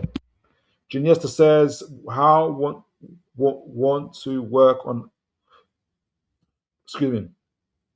Iniesta says Howe wants to work on overloading the wings, which often works as a 3 vs 2, yes, or 4 vs 3, yes. But the downside of this is that we are so spread out as a team, thus making it easier for opponents to get out. I don't disagree with you, Iniesta. What I'm asking is, why do you think Howe prefers that? Because I think you were right. I agree with you that it makes us less compact, it makes us more vulnerable transition. So why? And what I'm saying is that Howe knows this too, right? So why do you think Howe prefers to still take that risk in overloading the flanks and being vulnerable in the middle? Why does he see it more of a benefit? Why do you think that is? Rich says, but now I just don't think he can take you to the next level because maybe he isn't allowed to spend what he would like. But I'm a big fan of Howe and Jason. Big up to you, Rich. Yeah, no, I think he can spend what he likes. He can in terms of recruitment, and I think this season he's got the money, he's got the PSR headroom to do what he wants. He's in charge of the recruitment team. He's trusted to make signings. Um, yeah, so I don't see it as an issue. I don't if the the recruitment is a problem. That's a problem for him, I don't think so. And he's used to that. Like he's had worse. Like with Bournemouth, he's had bailiffs at his door. So Arsenal, Newcastle are a breath of fresh air. Rich also last season you had the best trio with Tonali, Bruno, G, and Joelinton. I think this season Barnes is your best player. I probably don't disagree with that. Probably Chow and Bruno. And Chow from AC Milan has been great. Signed as well. I think Voldemort as well. He's been good. Yeah, yeah, yeah. He's been underperforming recently, but that's natural for your first game of the season. Big up to you, Rich. Connor says, question. Excuse me. Do you think Howe needs a week on the training pitch to get the team ready for matches? As the 2 seasons we had 4 comps and more games, he has struggled. If you ask Howe that question, I think that's the first thing he'll say is that I wish I had more. He says it himself, so I don't even need to think about it. He's said it himself. I would have, loved more time on the pitch, especially with the likes of Voldemort and Chow. But he also accepts that this is the price you pay and a good price to pay because you perform so well, which is to be in the Champions League, to be in multiple competitions, to be playing more games at higher levels, to be part of the elite. I know that part wasn't necessarily a question, but it's just to add that Howe says, yes, I would like more time on the training the pitch. However, I also accept the price I pay for being a good team. So you have to adjust to that. Let me know if that answers the question, though. Rich says, would any of you fans take Jose Mourinho? Nope, not for me. His time. He's not at his peak. Not being the best lately. Didn't work at Roma. Now at Benfica. But did he say one day he would love to manage Newcastle because legend Sir Bobby Robson? I don't know if he has said it. I can't remember if he has. But I don't want Jose Mourinho, to be honest. Genius says, I think how it goes with a 3-4-3, 5-4-1 as he's afraid of Brentford's long throws. A 3-4-3 or 5-4-1 as he's afraid of Brentford's long throws and wants to counter with having 3 tall CBs. I like that. I like that, Geniesta. Pope said, Janessa, thank you for sending in your starting lineups. Folk, please do send your starting lineups. Send in your predictions. Send in your predictions. Janessa says, Pope, Trips, Trips, Chow, Botman, Burn, Hall Langa, Miley, Tenali, Barnes, and Wissa. Yes, he won a quick front line. Janessa, it's a good question, Phil. Eddie drilled the wide overload patterns last 5 seasons.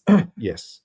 Abandoning that in mid-season can be risky. It's easier to find the solutions for rest defense issues.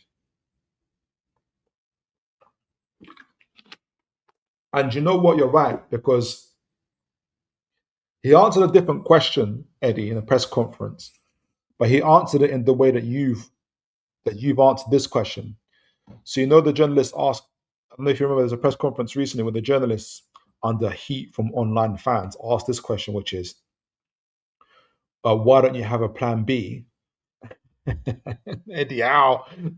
First of all, Eddie Howe was annoyed that he said onslaught from Burnley. He said, onslaught? Are you mad? He didn't say it quite that. But he said, plan B is always to make plan A better. That was Eddie Howe's answer. Right? And he qualified that by saying, if you change, and he's speaking genuinely, if you change, to my mind, that you're, significantly what your tactics were, what you were doing before, you risk not only you risk players losing confidence in what they're doing in the first place, and that's what risks games in the first place. And people never think about that. Everyone's like, oh, if we're high, you can like, and they want something totally different. And you risk players because they're thinking, so what, we're trained all this time, we went through the pain, the agony. I cut myself off. Some have even been injured. The players are thinking, you've trained. So all this time we've been doing this and it's not been working. You mean you don't back yourself to make this work? And by the way, we tried something different against Man City and people went apoplectic. The same as that analyst that I watched, I really regarded, like the same analyst that was saying that Newcastle don't have a plan B. We're annoyed that Eddie Howe had a plan B, but did it against Man City. I'm like, jeez, bro. The man can't win. The man can't win, but it's an interesting one. Let me know just from that Ginesta, what it's soon as Eddie Howe's going to continue as he is, what can he do to the rest defense? Because I'm going to talk about that now. Petras, God bless you. I think it's the same Petras from before, but God bless you, sir. I'll take someone who knows how to use Voltamata. You don't think Eddie Howe knows how to use Voltamata? Why don't you think he knows how to use Voltamata? Let me know. All right, so I'm going to do a couple phases, not too much, because obviously it's already past midnight, but let's do this. As we said as it was stated in the XG, Newcastle, Brentford are all the vulnerabilities that Newcastle have. In fact, first of all, let me get the starting lineup. But first of all, Brentford have all the strengths to their play and what they're doing. And if you're wondering why there's a Man City badge on our half and why our kit isn't, the JLA have messed up. They've got Newcastle players in Man City players in Newcastle. So I'm sure they'll fix that. Okay. But Brentford possess all the strengths that are vulnerabilities for Newcastle. They are great in the transition. They've scored 9 goals in transitions compared to Newcastle's 2. They have a clinical finisher and conversion rate at 14% to Newcastle's 10. And so they do go in let's say this low block thing is in between me and who's I talking to about this? Was it you, Ginesta? Between me and Ginesta. If it's not you, Ginesta, forgive me. We'll leave that as 50-50, right? Because I brought out some stats from Sky Sports. We're just not sure if it's from last year or this year, or if it's a combination of last year or this year. but it puts Newcastle in the top 3 teams for goals scored against low blocks. The only thing we can't qualify is it 24-25 season, or is it a combination of 25-26 season? That's the only part. So there's 2 vulnerabilities. I'm not going to say 3. I'm going to say 2 for now, or 2.5-ish, right? The low block, the getting caught in transition, sit pieces, and being vulnerable to clinical finishes like Brentford have. So first of all, let's start up with the starting lineup for Newcastle. This is the lineup that played against City. They've given me all City players, bro. Oh, and a mixture of City players and Newcastle players. Okay, so let's see who I got. Barnes, Osola, Ilanga. Send in your predictions, folks. Send in your predictions. Yeah. The rest of them are City players. Oh, no. That's Alex Murphy. Excuse me.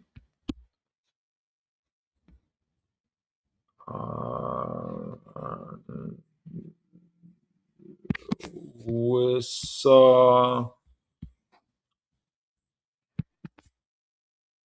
Man. I might have to write the name if I haven't got everyone that I like. Okay. Pope. So the rest of them, are they all Man City players? Phillips, Mukasa, Doku, Samba, Neve, Alain, Lewis. Okay. Right. So there's no. It's all mixed up here. Let me do what I can.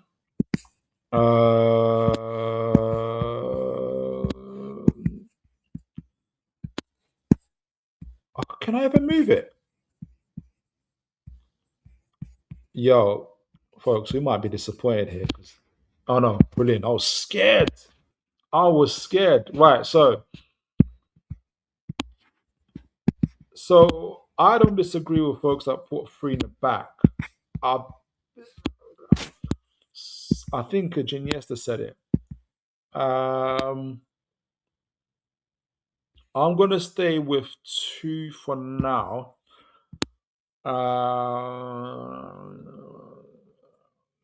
Trippier. Does Trippier play? Does he have the legs? Like a guessing game at the moment. Where's Hall? I saw Hall. Ramsdale is going to be off. I think Pope plays. Haaland doesn't play for Newcastle. Though I wish he did. Who plays in our midfield? So allegedly, Miley and Bruno are fit. So I'm going to have to add them on custom players. Add a custom player for...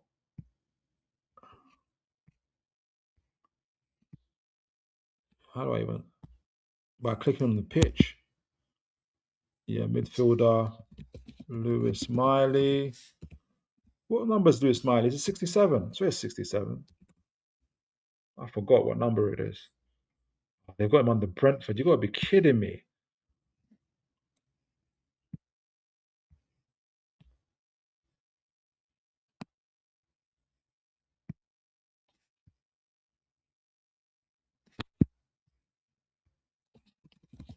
Come on, Lewis Miley. We need you in the black and white. Here we go.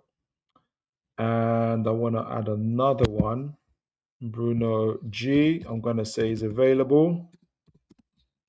We need him to be available. My only question, or one of my questions is, does Trippier play or does Miley go right back? That'll be one of my first questions. So we've got 4-4, we've got a forward missing. Gordon is not fit. Voltamada, I think he's on the bench. Is there a case for Ramsey to keep his place? I don't think Ramsey's been too bad. So let me just see how this plays out. Because if Ramsey stays, Bruno plays, Tonali plays, who would that be a front line? Wissa, Barnes, because Gordon is not fit. Ilanga or Murphy starts. Let me know, guys, because Ilanga scored a good goal against City, by the way. Then he had a horrific miss. I don't think it's so clear cut that Ilanga starts. It could be Murphy. But the one I'm most torn apart is if whether it's going to be Miley or Trippier. I think that's the biggest one for me. I'm gonna go for Miley just so that. But then, is that a lot of? Eddie Howe did say he doesn't want to make. He doesn't like to make too many changes if he doesn't. So let me see how many changes I've made so far. So Ilanga. Did Wissa start the other game? No, Baltimore did. Ilanga, Wissa, Barnes, Bruno, Miley. It's not too bad. And Pope. It's not too bad. So I've stuck with a 4-4-2 just for the sake of argument, but I'll change it around. Let's start off with this first, right? So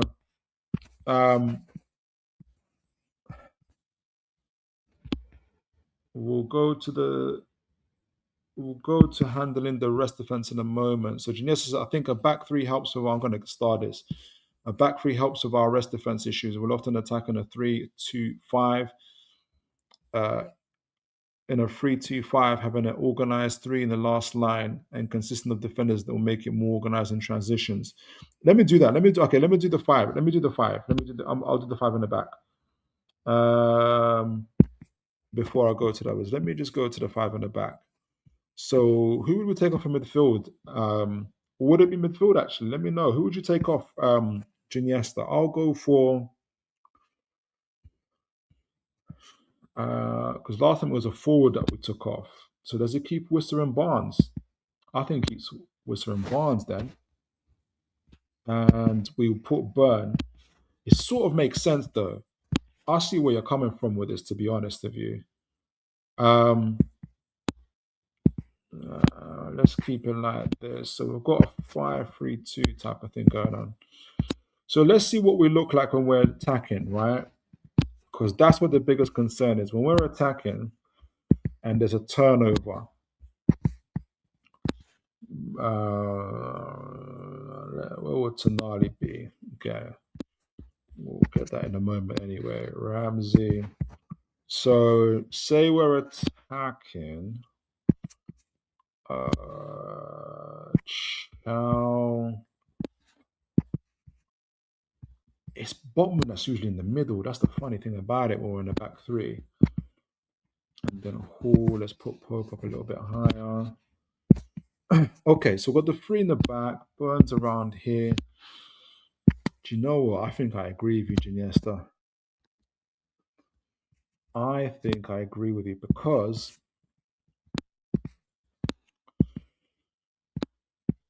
their main pace is Thiago and Sade, and maybe a bit of Ouattara, to be honest.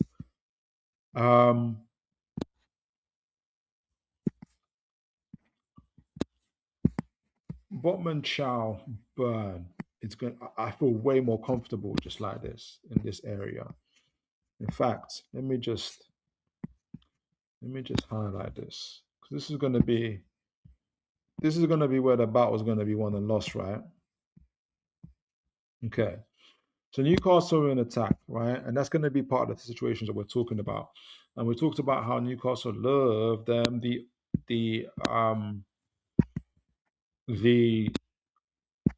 wide overloads, right? So Brentford will go back into a 4-5-1. I think they go back into a 4-5-1. The main thing for us is, as we always love to do, is the wide overloads and how are they going to work. So let's have Hall, let's have Barnes, Ramsey for now. Maybe include Can I get Worcester? Maybe it's going to be a 4. Let me use the 4 actually. So let's delete that. Let's do this. Let's do Hall, Barnes, Worcester, Ramsey. Okay. So for instance, on the left, let's have no, why would I want to delete the drawing? All right, so they go into 4-5-1. What Newcastle want to try and do, and what me and Janesta were speaking about, is the wide rotation. So Burn comes in. Now, one of the things that it'll be interesting to see, first of all, is how far Burn goes up, how high Burn goes up, because why it's better when Hall does it is because Hall can go further up. Why is that important? It's because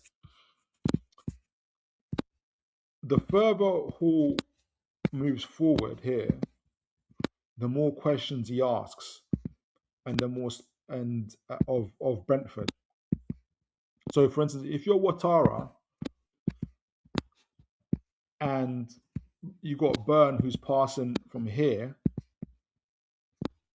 you got a fairly easy choice of just either tucking in where you're at and making sure that there's no overload, right? There's just essentially 3 versus 3 type of situation.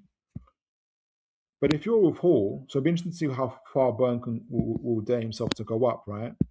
But if your Hall who's talented on the ball, can get past the player and can pick a pass, right? You then ask Ouattara a different question. I can't just stick here like this, because not only does Hall have the ability on the ball to still make the 3 passes around me anyway, but he also has the ability to just keep going forward and asking me the question of when I'm going to come out. And when I'm doing that, I'm creating space in behind me for the likes of Wissel or Barnes. You might see tuck in, and then you start seeing overloads being created anyway, right? So it will be interesting to see like how they respond in these type of situations. What Hall's really, really good at, though, if we put Barnes back, and Barnes not so good. So I don't want Barnes necessarily in this situation. That's why I think we'll miss Gordon a little bit. And I wonder if Howe will be tempted to put Elanga on the right, but we'll see. Is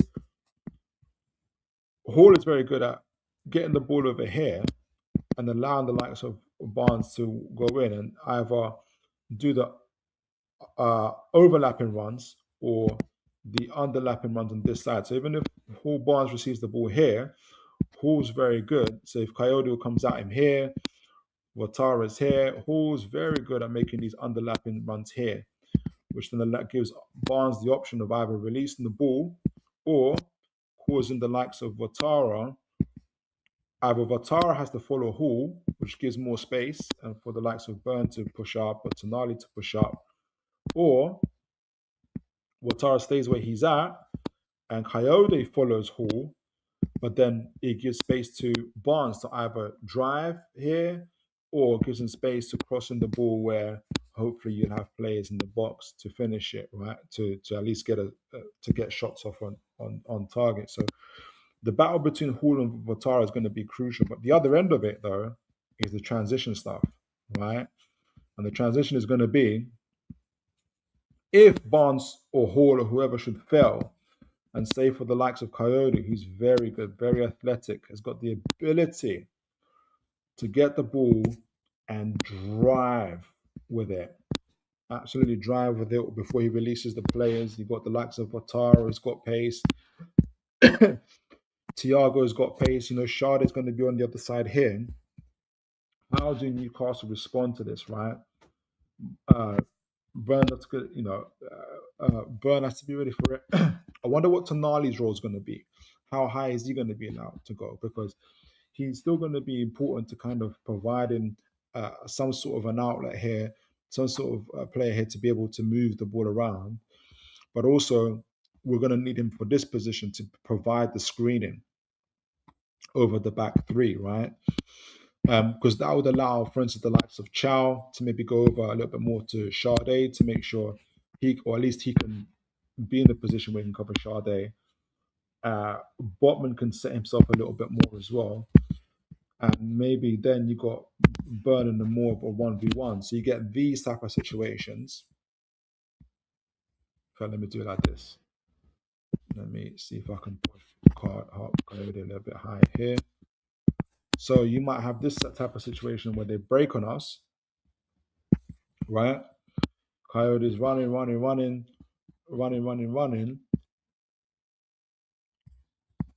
But we've got at least 4 players back. Now, the key is going to be making sure that Coyote doesn't get to go in, or even if he does release the ball to the likes of Watara, we've still got either, would be really good is Tonali screening against Thiago and limiting the options that Watara has. Either try to get past Dan Burn with Botman covering, or go for a Hail Mary ball to Sade, with Chow covering. The options are a little bit more limited. But in that game at Brentford, Watara was burn left, right, and centre, and both Coyote did. And so it's going to be very, very important that with Tonali covering Thiago, what you're probably going to see is Botman also coming over to this side to provide support. To Watara, and Tonali's ability to screen is going to be very important. Otherwise, if Tonali doesn't do this, we get into these type of situations where then you're forcing Chow to go across, and then forcing Chow to go across, we are leaving this space in behind for the likes of Sade, who's got tons of pace, and leaving him free and clear, for instance. So that's going to be super interesting, right? In that type of situation. So how we deal with the attack here on the flanks, to try and be, what's the word I'm looking for? To try and be, to make sure we're clinical. One thing that was good as well, I'm not looking at this side now, is that Brentford can be a bit compact. So I'll get to that in a moment. I was going to say that Lewis Miley is going to see space. His ability to run into these spaces here is, guys, send in your what do you call it? Your score predictions. Lewis Miley is going to have this opportunity to run into these spaces, which Trippier wasn't doing in the other games as well. He doesn't have the legs for it. So that's why I think Lewis Miley might play a right back, right? Is to run into these spaces here as well. So, oh gosh, delete that. So that's going to be interesting. I'm going to go to the chats in a moment. Come off it as well. So let me just bring these players back a little bit here. So Pope stay here. Sade. When Newcastle do have the ball and we even get to break, there will be opportunities when we get to break. Because Sade gets the license to run, Newcastle will get spaces in behind here where the likes of Lewis Miley and others are going to be important. Where's Bruno? Bruno picking up the ball. In these type of situations, last time when Trippier was playing, because Trippier didn't have the legs, really, he wasn't running to these spaces because Brentford, as I said, can play. They congest the centre, right? Because the whole idea is the likes of Sade to be able to explode out here, Coyote to go out here, and then they leave these spaces in behind. But Newcastle, because our fullbacks were having to always go back like this, and maybe this is why Iniesta said we should play with the 3 in the back. Our fullbacks didn't, after covering here, didn't have the legs to go back up here. We didn't have Tino Livramento, for instance, and we were missing the opportunity to get up into these flank areas where we can get crosses in, we can get balls in as well, to get crosses in, and for the opportunity to score. So I think that's why you're going to see probably Lewis Miley start if we can get it. So that'll be interesting. So let me know what you guys think so far. Send in your predictions. Send in your predictions. So I think Brentford are going to try and break us. Obviously, they're going to have the long balls as well. Can't necessarily recreate that. The main thing about it is defend it. And that's why I think Genji yesterday probably was right. Have Burn, have Botman, have all three of them with Malik Chow being ready to defend. It's going to be a physical battle. We have to be ready for this. But I think for me, the game is going to be won and lost. So not quite lost, but won for Newcastle in the flanks areas. Not only getting the crosses in, because we know I can already predict that Newcastle are going to have 10, 15 plus crosses, 20 plus crosses. The next situation is movement in the box. Can we get some movement in the box, right? That will be the key. That will be for the key. And I wonder, now that I'm looking at this, I wonder if it's worth starting Voldemort and Wissa. That's what I'm wondering. If we're going to do a 5-3-2, either maybe take off Ramsey or Barnes, probably Ramsey, and put Voldemort. If that will be something. I haven't quite formulated it in my mind.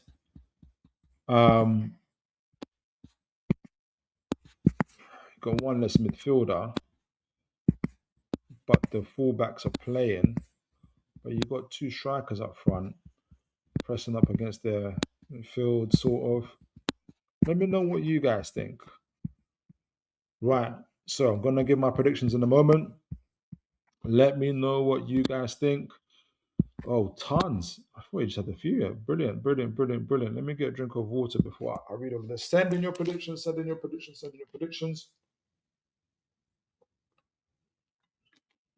And then we'll conclude the show. Geniesa says, rather than if a midfielder like Tonali drop deeper to make up the three, or a fullback, for example. I agree with you. Geniesta. Tim says, big up to me. I know it's your first time to the channel, but God bless you and welcome. Tim says, hi, Philip. Hope you're well, mate. Loving the thumbnails. Thank you, sir. Thank you. A lot goes into those Miley. I got Miley here. Into those thumbnails. So I appreciate that you like them, man. I'm gonna keep it up. Yeah, Miley is 67. Good, I was right. Petra says, Howe looks like using Voltemada as a lone 9, which is quite wrong. I don't think he does that. I think that's just how it ends up being. He needs players around him running in the behind or playing it smart, short passes and move. They do. I think the main problem for Voltemada is that he's been ineffective in one-on-ones, holding off duels, layups, with his head on the ground. Even if he has runners, he loses the ball before he can release it to them. So I think it's Voldemort rather than Howe, in my opinion. Janessa says, I don't think Bruno starts, to be honest. Tonali and Miley in midfield.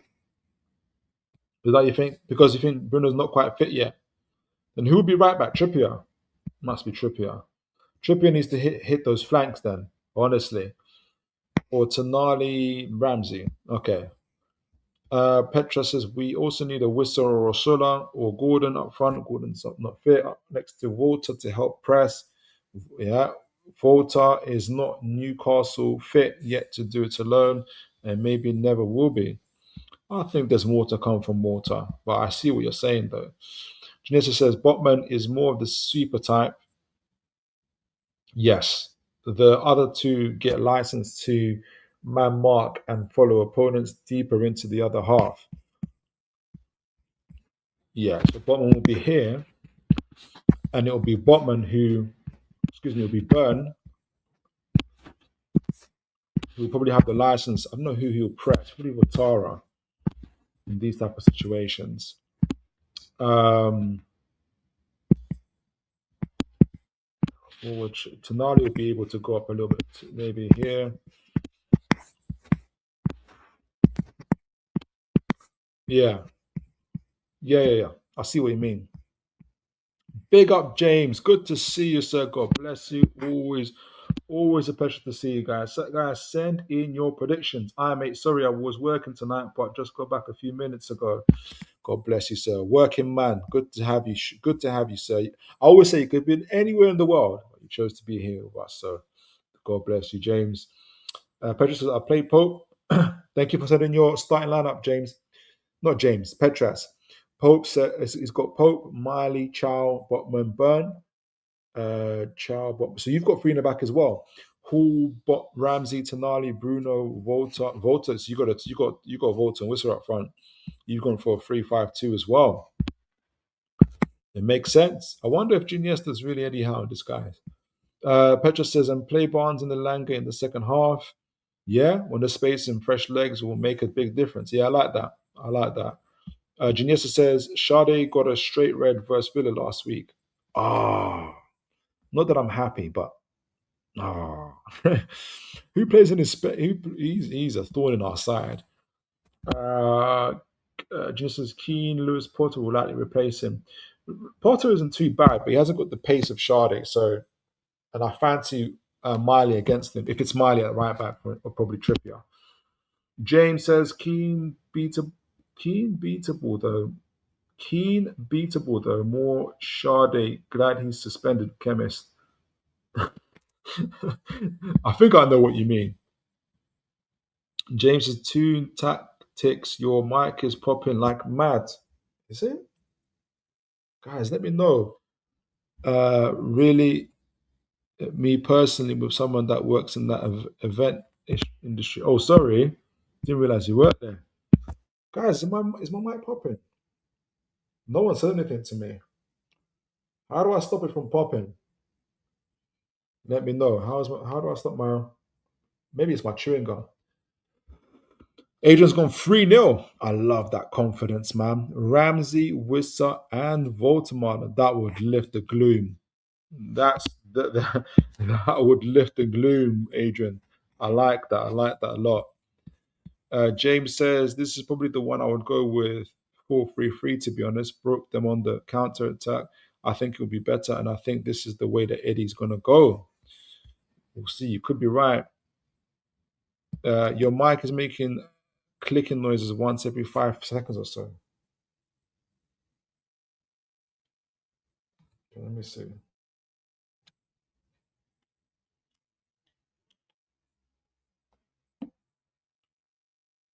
Right, I've turned it off, on and off. I've turned it on and off. So hopefully,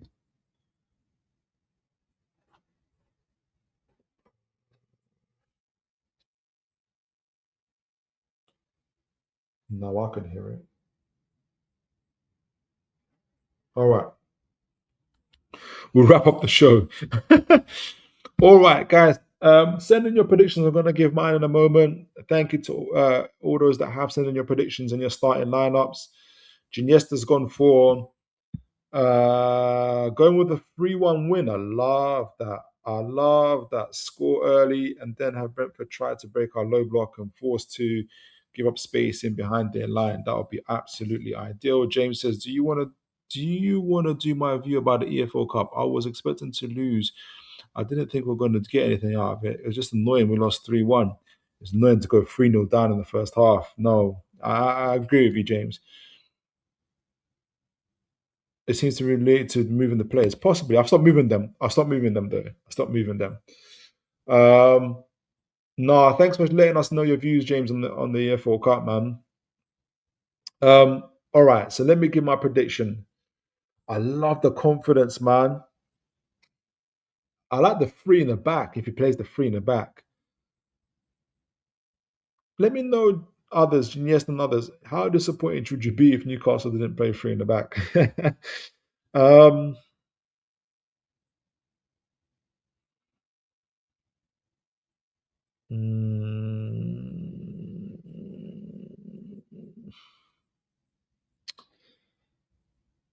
I wish it would be a 3-1. I think we can do it. I think we can make it 2-1 hard for victory. I'm stuck between like a last minute winner or we go 2-0 up and then they score like halfway through the second half or something and we're up against it. for the last 20, 25 minutes. 2-1 Newcastle. My goal scorers would be, I'll go for Worcester against his old club. And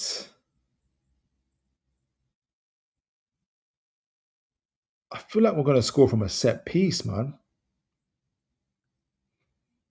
Malik Chow from a set piece. That is my prediction. So let me just read off the last channel and we'll conclude the show. Junior says, now that Sade is missing, I don't mind if Eddie goes with our usual. That one thing has changed your whole. Junior, we did this for you, man. 3 at the back and 3 in the back of their net. Love that, Adrian. James says, by the way, did you catch the under-21 FA Cup win? There was a hat trick. There was a hat-trick guy called Fernandez at 17 years old in the Info Park. Sing, great result for the young. Newcastle won the FA Cup under-21s. Confirm that. Did we actually win the under-21s? I'd love to know. I should have watched that game, man. If that's the case, we're winning trophies wherever we go. Love it. All right, guys. So we had a fantastic show, probably my longest show ever, really. But it was brilliant. We analyzed Newcastle's performances so far using XG, using data, using performances. The main thing to come out of that is not having a clinical finisher, because clinical finishing is a big issue for us.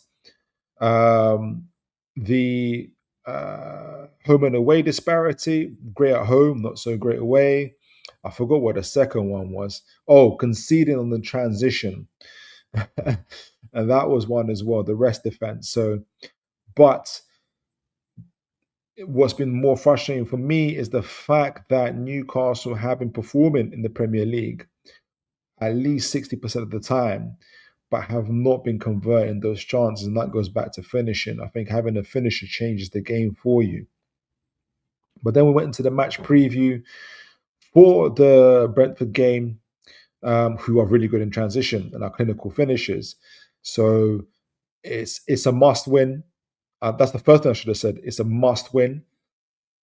If we're going to have any hope of,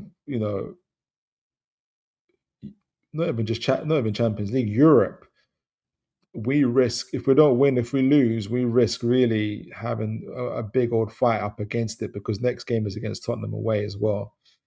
And we want to be able to go there with momentum on the back of a win.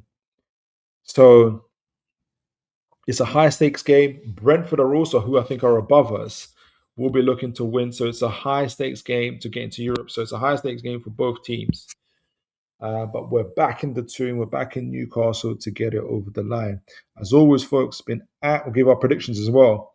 So as always, folks, been an absolute blessing to be able to do the show with you guys even late into the night. Thank you for just coming on. We had a big show, a lot of, and it has been late, and you guys have stuck it out with me. So God bless you guys.